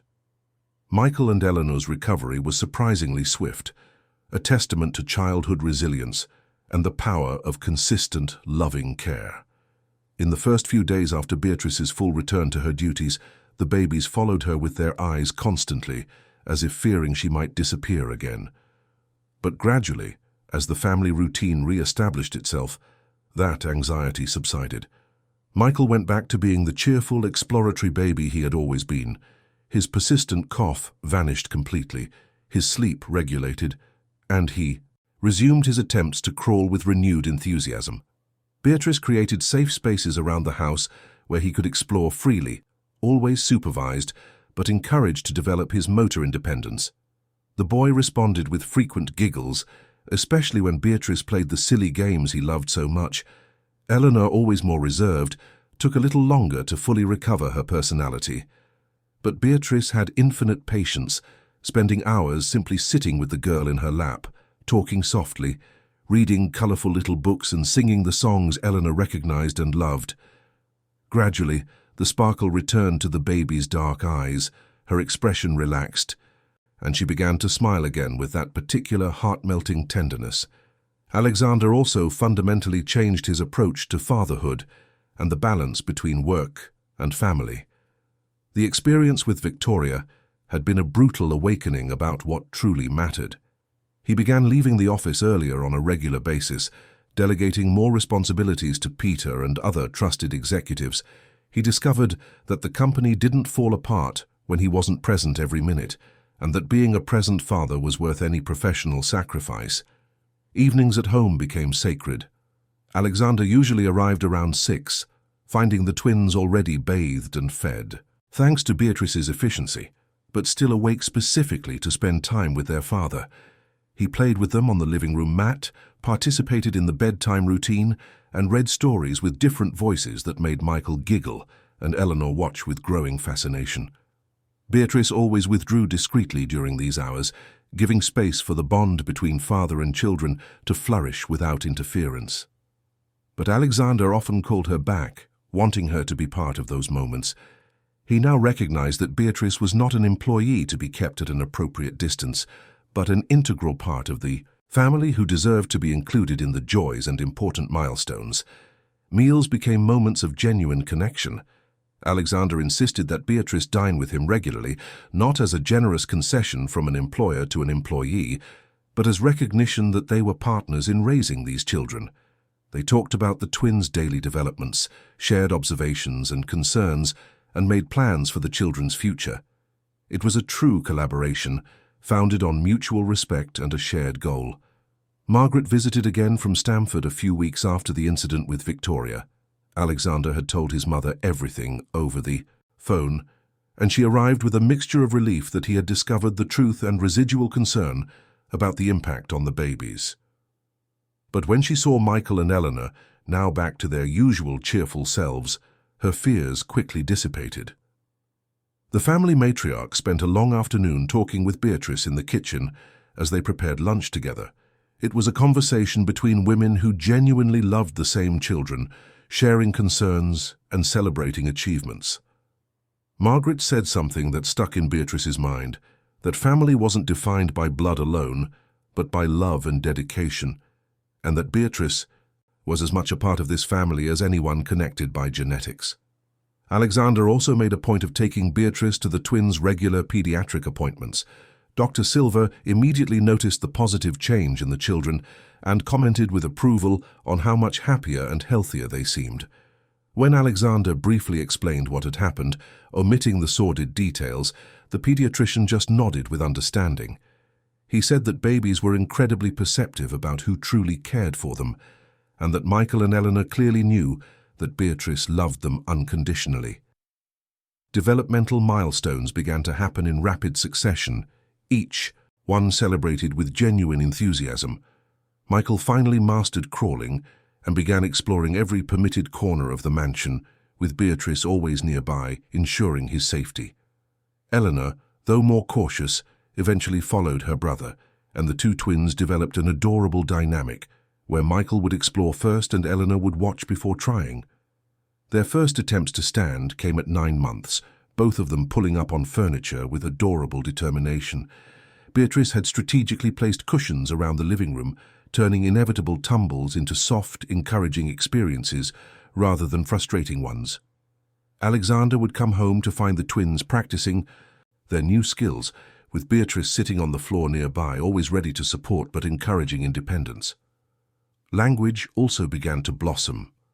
After those first words months ago, Michael and Eleanor gradually expanded their vocabularies. Dada and Bia were favorites, but they soon added Baba when they wanted a bottle, woof woof for any animal they saw, and a growing variety of sounds that made sense only to them, but that everyone pretended to understand perfectly. Alexander now documented everything meticulously, constantly taking photos and videos. He created a chronologically organized digital album, marking each important milestone with notes about the context. It was his way of ensuring he would never again miss precious moments, that he would always have tangible records of how his children grew and developed. The company continued to thrive under his more balanced leadership. Peter commented several times that his partner seemed to have finally found the inner peace that had always been missing, even during his greatest professional successes. Alexander explained that success without a family to share it with was empty, that he had learned the hard way what truly mattered in life. There was a particular moment, a few months after Victoria's departure, that crystallized for Alexander how profound his transformation had been. It was a quiet Saturday, and he was playing in the garden with the twins while Beatrice prepared lunch. Michael and Eleanor were laughing loudly as he chased them in a game of tag, adapted for babies who could barely crawl, the sun shining warmly on them. Alexander paused for a moment, observing the scene. His luxurious mansion, his business success, all the money and status he had accumulated, none of it compared to the pure joy of that simple moment. His children were happy, healthy, and loved. Beatrice was humming. In the kitchen, preparing food with the same care she dedicated to everything related to those children. There was no tension, no hidden manipulation, just a functional and genuinely happy family. He thought of Victoria occasionally, but without bitterness or regret. That experience, as painful as it had been, had taught him valuable lessons. It taught him to trust his instincts, to value actions over words, to recognize that genuine love doesn't need to be constantly declared because it is demonstrated in 1,000 small daily actions.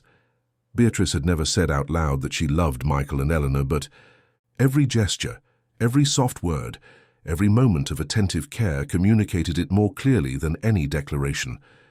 Alexander had also learned about his own worth as a father. He didn't need a romantic partner to create a complete and functional family. Michael and Eleanor had everything they needed, a dedicated father and a nanny who loved them as if they were her own children. If he eventually found someone to share his life with, that would be wonderful. But it was no longer a desperate need, no longer a void that had to be filled at any cost. Beatrice also changed in subtle but significant ways. The experience of being unjustly accused and then vindicated had left her more confident, more willing to express opinions and defend her decisions about the children's care. Alexander encouraged this, valuing her expertise and perspective. They had developed a true partnership, founded on restored trust and mutual respect. One afternoon, while the babies were napping, Beatrice and Alexander talked on the terrace about future plans. They discussed when it would be appropriate to start introducing more varied solid foods, about choosing the right preschool when the twins got older, about how to stimulate language development in a more structured way. These were the conversations of parenting partners, not of an employer and employee. Alexander mentioned that he was thinking of further reducing his work hours as the twins grew and became more active. He wanted to be present for their first independent steps, for their first complete words, for all the milestones he couldn't get back if he missed them. Beatrice smiled with approval, saying that Michael and Eleanor were lucky to have such a dedicated father. She added something that deeply touched Alexander.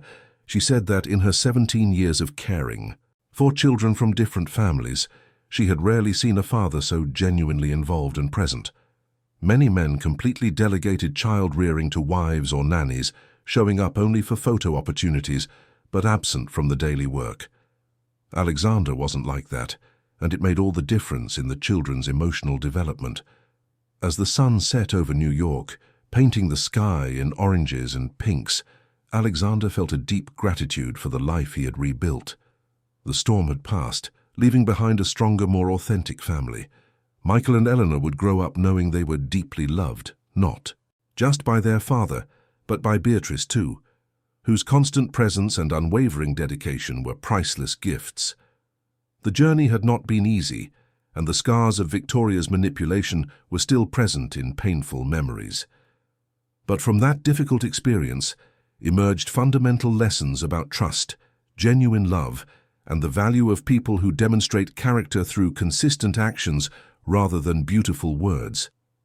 Alexander now knew with absolute certainty that his family was exactly where it was meant to be, complete not by following a traditional model, but by being founded on true love and unconditional dedication. Michael and Eleanor's first birthday arrived on a sunny March afternoon, exactly 1 year after that day in the hospital when everything had changed for Alexander. The mansion was decorated with colorful balloons and banners celebrating the special date, not a grand party with dozens of guests as Alexander had initially considered, but an intimate celebration with the people who truly mattered. Margaret had arrived from Stamford the night before, bringing carefully chosen gifts and a homemade cake she insisted on baking herself. Peter was there with his wife, Maria, a childless couple who adored the twins and visited regularly. And of course, Beatrice, who was not just the party organizer, but a guest of honor, recognized by all as an essential part of the family. The twins, now walking with wobbly but determined steps, explored the decorated room with evident fascination. Michael tried to grab the balloons floating near the ceiling, jumping awkwardly and laughing, when Beatrice lifted him up to reach them.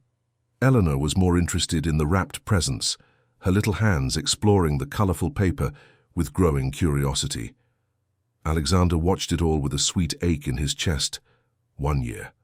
A whole year of fatherhood, of challenges overcome, of lessons learned. The hard way.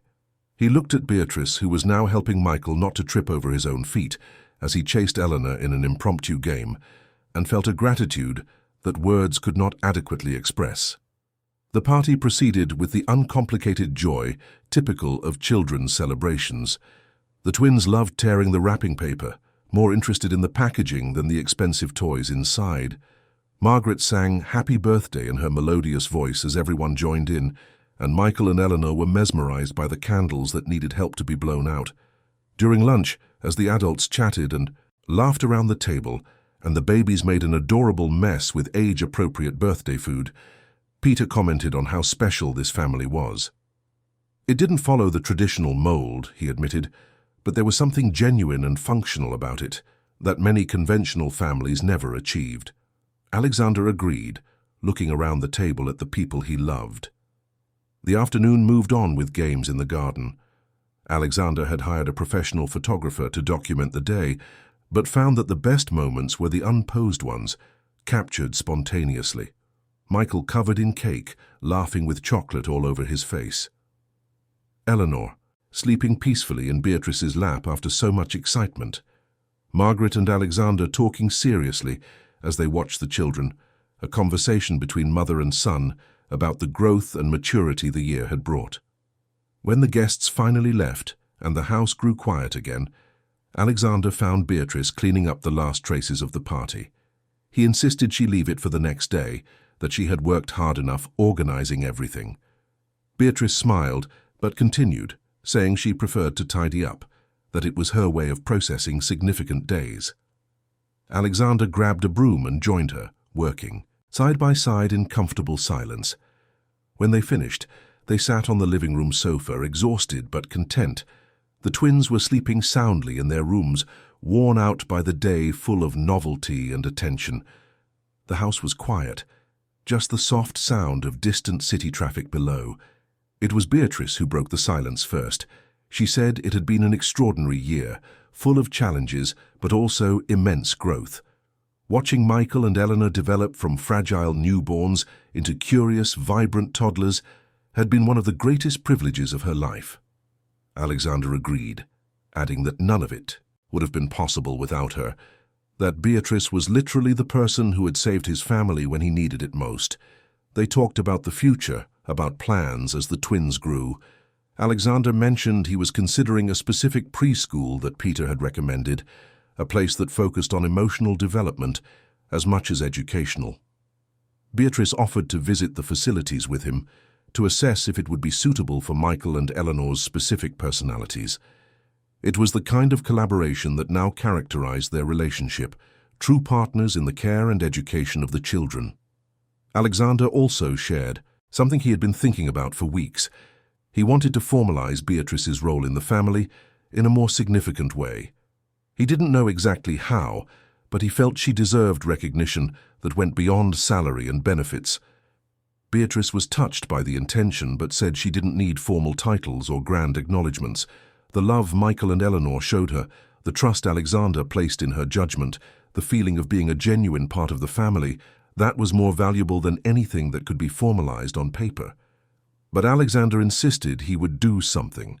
He was consulting with lawyers about possibilities, perhaps making her a legal guardian in case something happened to him, ensuring she would have permanent rights and security. Beatrice protested that he was young and healthy, that he shouldn't think of such things. But Alexander was firm. It was about responsible planning, ensuring his children would always have the person who cared most about them, no matter what happened. The conversation drifted to memories of the past year, some funny moments they could now laugh about, like that chaotic first week when Alexander barely knew how to hold the babies properly. Beatrice fondly recalled how he had evolved from an insecure father into a confident and present paternal figure. Alexander credited her for this transformation, saying that Beatrice had not only cared for the children, but had also taught him how to be the father he needed to be. Inevitably, the conversation briefly touched on Victoria and everything that had happened. Alexander admitted that he occasionally still wondered how he had been so blind, how he had missed the signs that now seemed so obvious. Beatrice, with her gentle wisdom, observed that manipulative people were experts at showing others exactly what they wanted to see. Alexander had been vulnerable, wanting to build a traditional family, and Victoria had exploited that with calculated precision. But the important thing, Beatrice continued, was that he had eventually seen the truth. Many people never do, remaining stuck in toxic relationships because they can't or won't see through the masks. Alexander had the courage to investigate when something felt wrong, and the strength to act decisively when the truth was revealed. That showed character and genuine love for his children. Alexander asked if Beatrice had ever fully forgiven everything that happened, the unfair accusations, the painful separation, the weeks of suffering as she watched the children she loved being neglected. Beatrice was quiet for a moment before answering. She said that forgiveness wasn't about forgetting or pretending the pain didn't exist.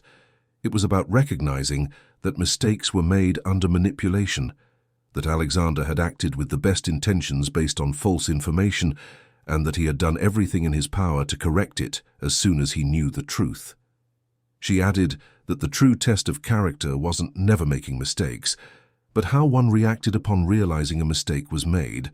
Alexander had reacted with humility, offered a sincere apology, and taken concrete steps to repair the damage. That mattered far more than the initial error. And now, months later, they had rebuilt an even stronger trust because it had been tested and proven resilient. As they talked in the dim light of the room, illuminated only by soft lamps, Alexander felt a deep peace he hadn't experienced in a long time. There were no more doubts, no more insecurities about whether he was making the right choices. His family was small and unconventional, but it was genuine. Michael and Eleanor had everything they needed to grow up happy and healthy, a dedicated father, and a maternal figure who loved them unconditionally. Beatrice eventually got up to go to bed, checking one last time that the twins were well covered before retiring to her room. Alexander remained alone in the living room for a few more minutes, reflecting on the journey of the past year. So many changes, so many challenges, so many lessons learned. But in the end, it had all led to this moment of peace and clarity. He went to the nursery and stood watching Michael and Eleanor sleep, their faces relaxed and peaceful. They had grown so much, changed so much, transforming from fragile newborns into toddlers with distinct and charming personalities. Michael, ever the explorer and adventurer, would likely be the kind of child who constantly tested boundaries, but with a sweet heart. Eleanor, observant and cautious, would probably be more studious, thinking carefully before acting. Alexander imagined their future, the years to come. First full words, which were almost emerging. First steps without stumbling. First day of preschool. All the achievements and challenges of childhood that he would be present to witness and support. Not as an absent father who only showed up on weekends, but as a constant and involved presence in their lives. And Beatrice would be there too, he knew, not as a temporary employee who would eventually move on, but as a permanent part of the family. The twins would grow up knowing they were loved by two fundamental people in their lives, and that foundation of unconditional love would sustain them through any future challenges. Alexander returned to his room, but paused once more on the terrace, looking out at the illuminated city. New York pulsed with life below, millions of people living their own complex stories, facing their own challenges. He thought about how many other people might be going through similar situations, being manipulated by partners who didn't have their best interests at heart, doubting genuine people because convincing lies were more seductive than simple truths. Stories like his needed to be told, Alexander thought, not for ego or a desire for attention, but because there were universal lessons there that others could learn from. About trusting your instincts when something feels wrong. About valuing consistent actions more than beautiful words. About recognizing that genuine love comes in many forms, not always following traditional scripts. About the importance of people like Beatrice, who dedicate their lives to caring for other people's children, with a love that rivals any biological bond. Alexander finally entered his room, lying down with the deep satisfaction of someone who had weathered storms and reached calmer waters. Tomorrow would be another day full of small challenges and unexpected joys. But he was ready, equipped not just with material resources, but with something far more valuable. A genuine family founded on true love and unconditional dedication. End of story.